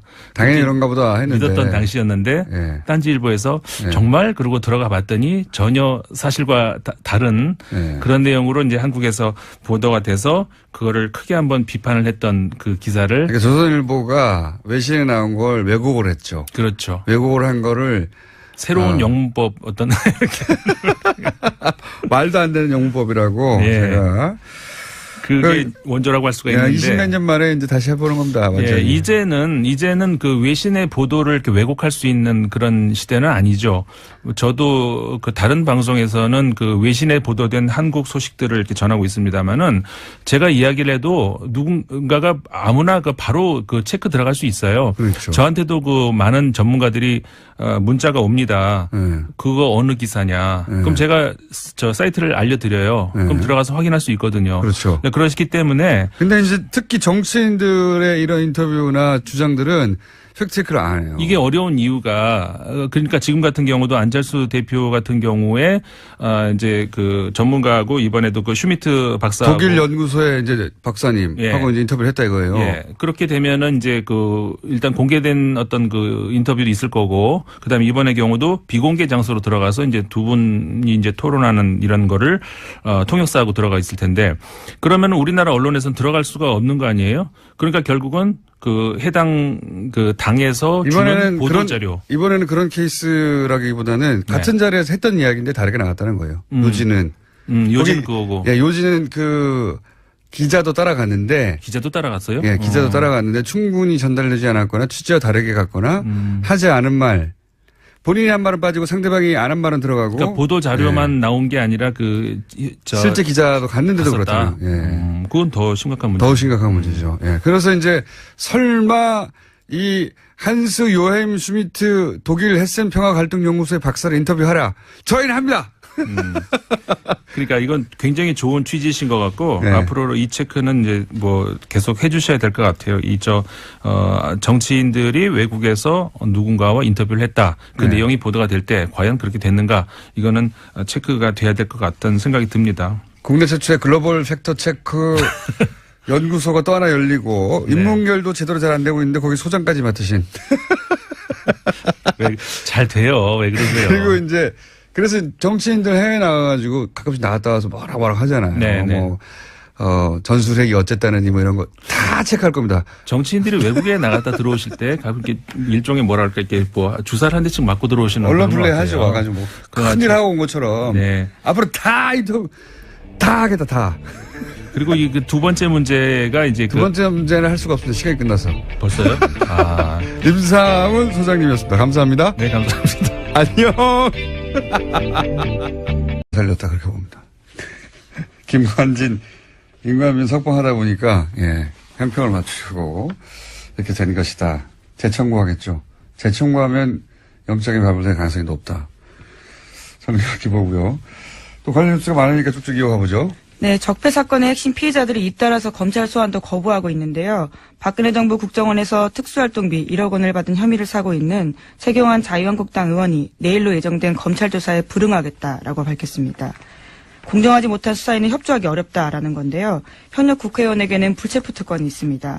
그렇기 때문에 국회 본회의 표결에서 제적의원 과반수 출석과 출석의원 과반수 찬성이 나와야지만 체포가 가능한 상황입니다.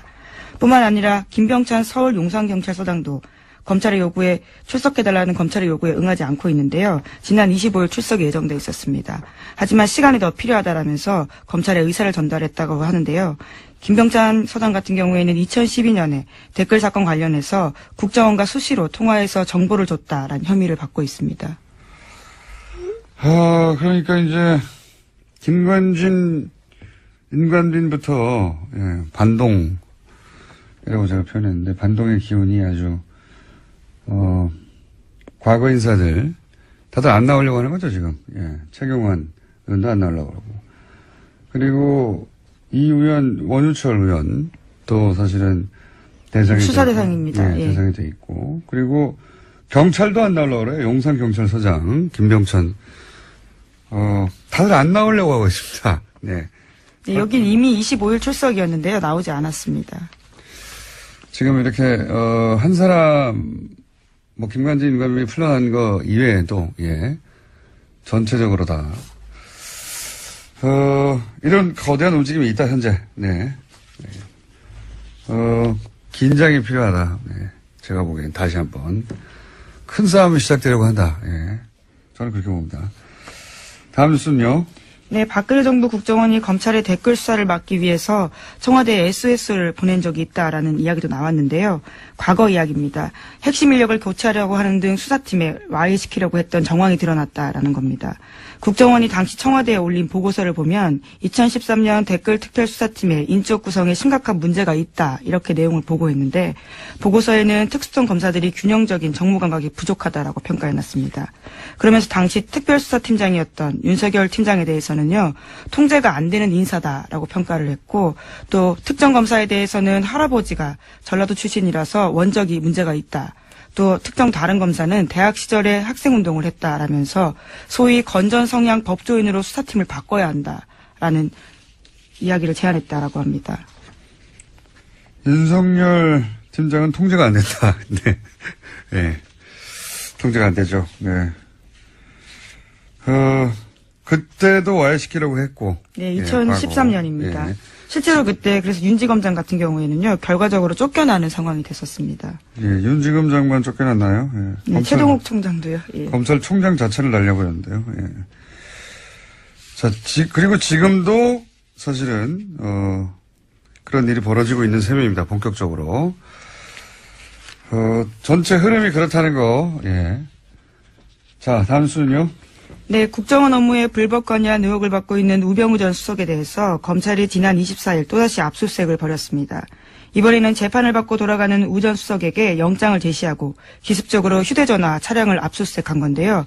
이제까지 우 전 수석 같은 경우에는 제대로 압수수색하지 않았다라는 비판이 많았는데 이번에는 기습적으로 압수수색을 해서 현재 사용하고 있는 휴대전화까지 확보했다고 합니다.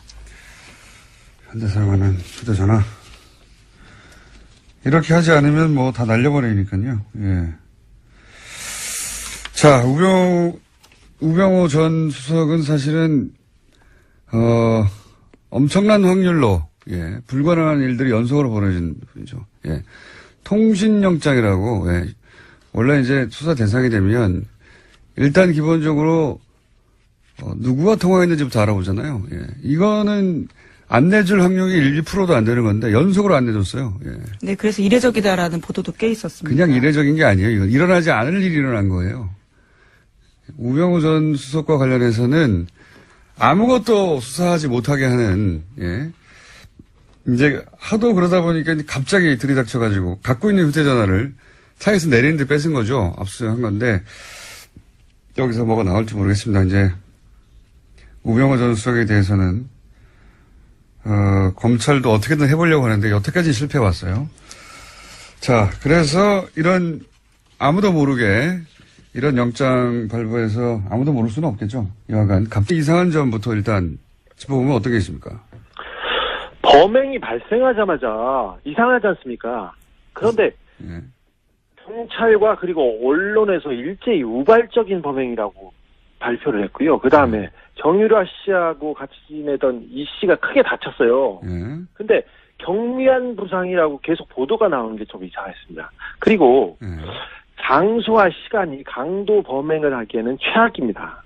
정유라 씨가 살고 있는 그 압구정 동 미띠 빌딩의 1층에는 인기 있는 베트남 음식점이 있는데요. 주말 오후 3시는 피크타임이에요. 그래서 1층에 손님이 많고요. 줄을 서거나 그리고 발레 파킹하는 아저씨들이 여럿 있습니다. 그리고 그래서 누군가 고함만 질러도 그냥 바로 검거될 수 있는 그런 환경인데 일주일 이상 그 강도 범행을 도모한 사람이 찾기에는 너무 그 멍청한 선택이었습니다. 일단 기본적으로 오후 3시 사람이 드글드글한 곳에 대낮에 강도를 하러 간다는 게 이상하고 그리고 이게 이제 강도라는 건 침입이 목적이 아니라 돈을 뺏어서 도주가 목적이에요. 도주객이 예, 도주객이 수립이 돼야 되는데 침입할 때부터 이미 수희 아저씨하고 마주쳤다는 것은 얼굴이 다 노출되는 거잖아요, 그죠? 네, 이게 도주하기에는 굉장히 어려운 그 빌딩이에요. 정유라 씨 집은 지하 1층하고 1층에서 출입구에 그 카드를 이렇게 대고 올라가야 되는데요. 지하 1층에서 1층에 저기 경비 아저씨가 있어요. 아까 말했듯이 1층에는 발레 아저씨들이 덩치 큰 아저씨들이 많습니다, 거기에. 근데 그래서 지하 1층에 가서 택배 왔어요. 그리고 경비원을 일단 협박해가지고요. 인터폰을 하게 하고 이렇게 인터폰을 하게 하고 이 경비 아저씨를 묶고 이렇게 올라가는데 여기까지는 치밀합니다. 그 가짜 총과 칼까지도 그 준비한 걸 보면 여기까지는 총도 준비했어요? 아니 칼을 준비했다?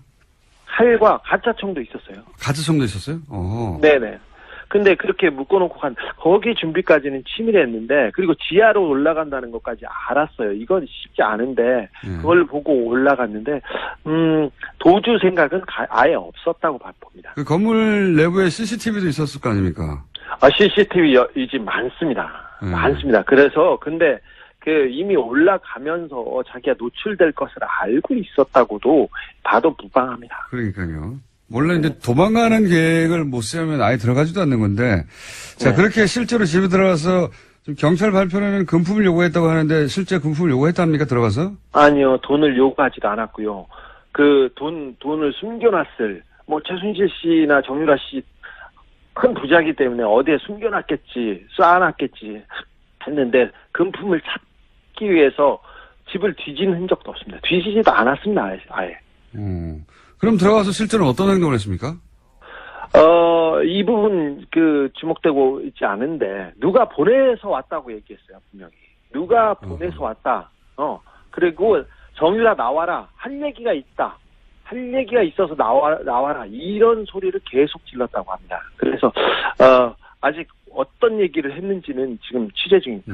누가 보내서 왔다. 그리고 할 얘기가 있어서 왔다. 네. 그 외에 또 어떤 행동을 했습니까? 정유라 씨는 이 빌딩에 6층, 7층에 복층이 있는 집에 살고 있는데 6층에는 고땡땡 유모가 살고 있고요. 유모가 고모. 있고, 네. 7층에는 정유라 씨가 지내고 있어요. 예. 원래 6층에 정유라 씨가 살았어요. 예. 그리고 7층에는 정윤혜 씨와 최순실 씨 방이 있었어요. 예. 각방이었습니다, 사실. 별걸 다 알아. 예. 저 이제 거기에 어떤 사진이 걸려 있고 예. 이상한 도령 사진이 걸려 있고 그렇습니다. 40대 계안이 6층에 올라가서 예. 모모의 신분증을 뺐었어요. 신분증이요? 네, 신분증을 보면서 어딘가에 전화도 했습니다. 신분증을 보면 전화. 네, 이거 수사 중이니까 곧 파악이 될 겁니다. 집에 돈이 없으면 돈과 비슷한 카드를 뺏는다든가 분명히 다른 걸 해야 되는데 인출 시도를 한다든가. 신분증을 보고 전화를 했다는 것은 좀 이상하죠? 굉장히 이상하네요, 이건. 네. 돈을 목적으로 한 침이 아닌 건 거의 분명한 것 같은데. 그리고 아까 이제 마필 관리사 같이 네. 거주하고 있던 마필 관리사 이모 씨가 이제 다투다가 예. 칼에 찔렸다. 그런데 네. 경미한 부상 정도 생명 지장이 없다. 이런 식의 보도가 있는데 사실 아닙니까? 그것도 사실 아닙니다. 6층에서 좀 소란이 있고 그러니까 7층에서 이제 이모 씨가 나왔어요. 예. 근데 마필 관리사 이 씨한테는 너하고는 감정이 없다. 찔르고. 네, 김어준입니다. 지난 주말 김관진 전 국방장관에 이어 임관빈 전 국방부 정책실장도 석방됐습니다. 김관진 전 장관이 구속적부심 청구한 이후 조중동을 필두로 한 보수 매체에서 김관진은 북한이 가장 무서워하는 참 군인이라는 바보 같은 논리를 서로 복사해가며 반복했었죠. 구속적부심으로 석방될 리가 없는데 왜 이렇게까지 구명기사를 쓰나 했었습니다. 아니었습니다. 그들은 그들의 파트를 열심히 수행하고 있었던 거죠. 몇몇 매체는 이 석방을 법원과 검찰의 갈등이라는 프레임으로 보도합니다. 아니죠. 제발 그렇게 봐주기를 원하는 거겠죠. 군이 군의 기밀 조직을 통해 대선에 개입한 사건이자 전직 대통령과 직접 연결되는 사건의 핵심 책임자들을 그냥 풀어준 겁니다. 이 사건은 검찰과 법원의 법리가 부딪힌 게 아니라 법을 통해 세우려는 새로운 질서와 그 새로운 작동을 막아선 과거 세력의 힘이 부딪힌 거죠. 역사는 이런 힘을 반동이라고 합니다. 반동의 성공은 구체제의 부활이죠. 김원준 생각이었습니다. 아주 주말 사이에 재밌는 뉴스가 많이 나왔습니다. 네, 뉴스가 정말 많았습니다. 자, 임관빈 정책실장도 풀려났죠? 예, 지난 24일인데요. 김관진 전 장관과 같이 구문 댓글 부대 관련 혐의를 받고 있었습니다. 그런지 구속된 지 13일 만인데 김관진 전 장관이 구속 적부심으로 석방되자 임 전 실장도 구속 적부심을 청구했고요. 법원이 이를 받아들였습니다. 신광열 수석부장판사는요.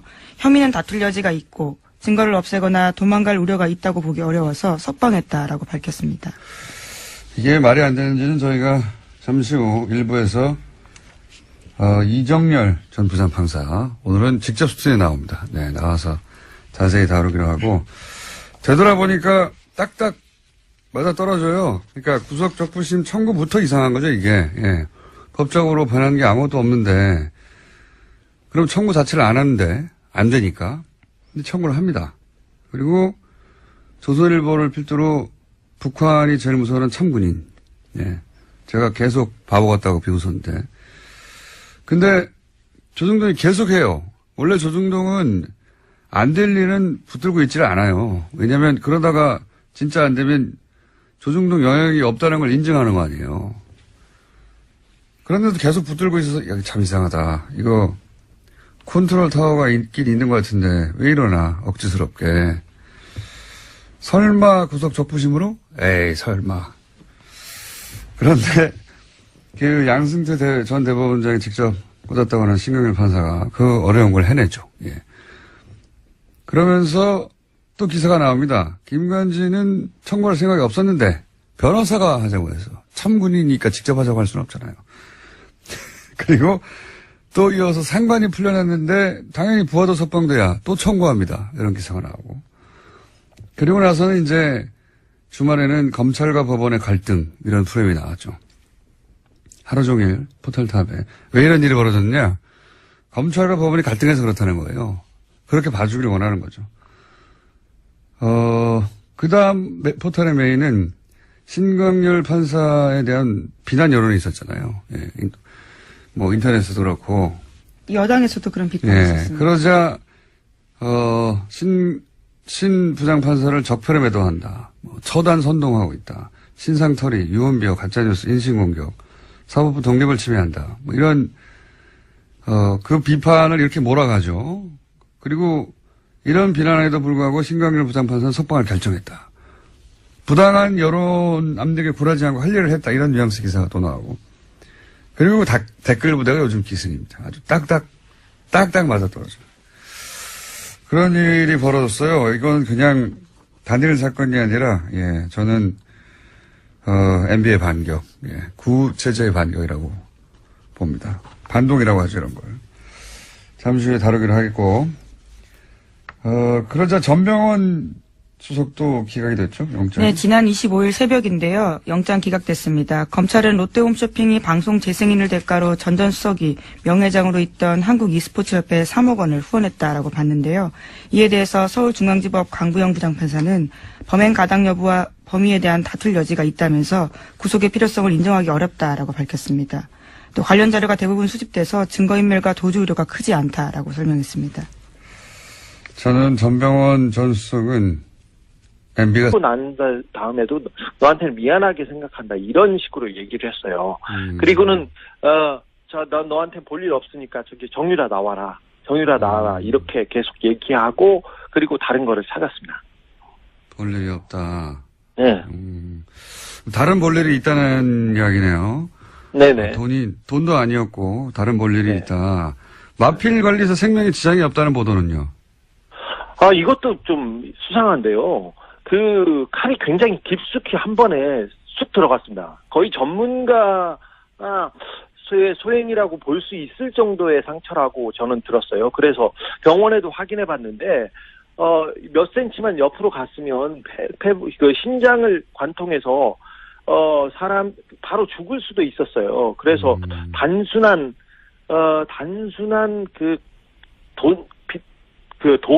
빚 때문에 벌인 범행이 분명히 아니라는 것은 분명합니다. 피가 너무 많이 나서요. 네. 그 생명에 지장을 줄 뻔했습니다. 범인이 전과가 없는 초범이었는데요. 칼을 매우 잘 쓴다는 특징이 있습니다. 그렇군요. 그럼 신고는 누가 한 겁니까? 신고한 사람도 안 나온다. 네. 네, 사실 초범이 이렇게 칼 쓰다가 이거 쉽지 않거든요. 손 다치고 힘든데 이거 말끔하겠습니다. 신고는요. 괴한이 소란을 피우고 이 씨하고 격투가 벌어졌지 않습니까? 그래서 정유라 씨가 아이하고 이렇게 방의 문을 잠그고 방 문을 붙들어 잡고 있으면서 전화를 했습니다. 정유라 씨가 지금. 누가 신고했는지 보도가 안 돼가지고. 그러면 정유라 씨 정도는 굉장히 중요한 적인데 경찰이 건물을 감시하고 신변보호하고 있지 않았나요? 사실 경찰 한 명이 보호하고 있었습니다. 근데 이모 씨가 이 부분도 따돌리고 들어갔습니다. 심상치 않네요. 그러면 마지막 질문인데 이게 돈도 목적이 아니고 무슨 할 말이 있어 왔다. 신분증을 뺏어서 어디론가 전화했다. 종합적으로 볼 때 따로 볼 일이 있었다고 했던 그 볼 일은 뭐라고 지금 아직 취재 중이긴 하겠지만. 네, 이거 파악 중인데 사실 박근혜 최순실 씨 주변에서는 이런 일이 많이 있습니다. 누가 죽거나 다치거나 그리고 뭐 정유라 씨, 장시호 씨가 뭐 누구 사람을 만난다던가 남자를 만나면 조폭을 보내는 경우도 특별한 일은 아니니까요. 근데 이 사건에서는 의심해볼 정황이 너무 많습니다. 특별히 정유라는 박근혜, 최순실, 이재용에게 가장 중요한 증인입니다.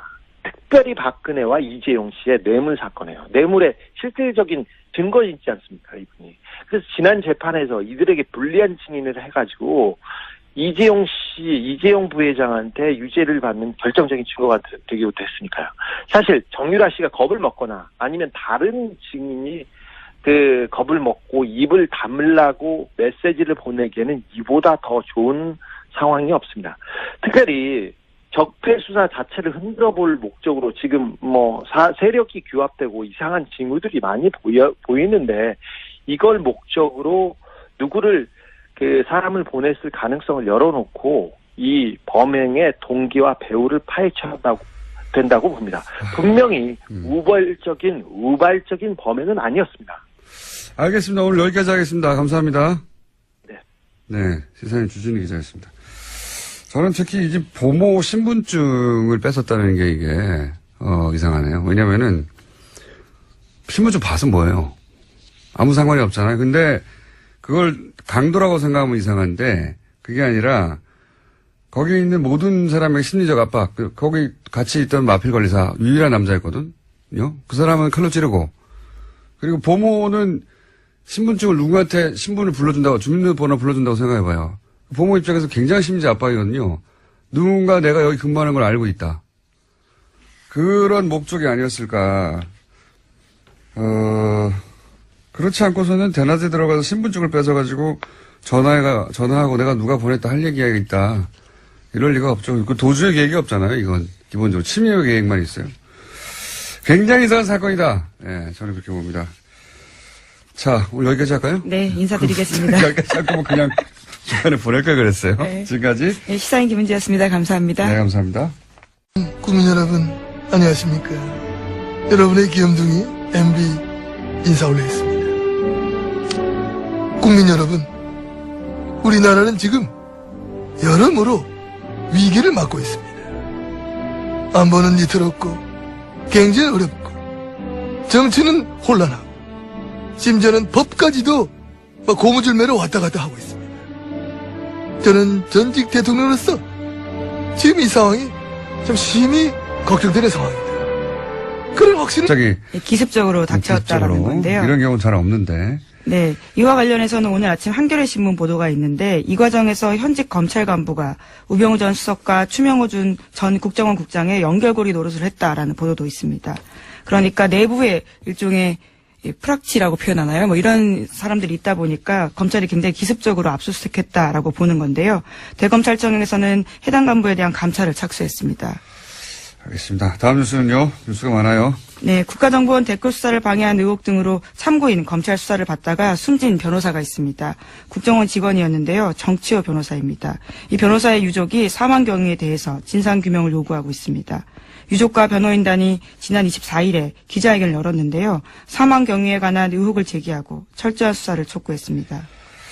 저희도 한번 다룰 생각인데 처음에 자살 기도했다고 하는 그 장소부터가 알고 보니 자살을 할 수 없는 장소였다. 그러니까 물도 얕고 그리고 워낙 차량 이동이 많고 뛰어내리면 누구나 볼 수 있고 누구나 볼 수 있다는 건 금방 구출된다는 얘기죠. 근데 수심도 얕아서 1.5m밖에 안 되고 그러니까 자살을 정말로 하려고 했던 게 아니라 본인이 어떤 상황에 처해 있는지 알리려고 했던 거죠.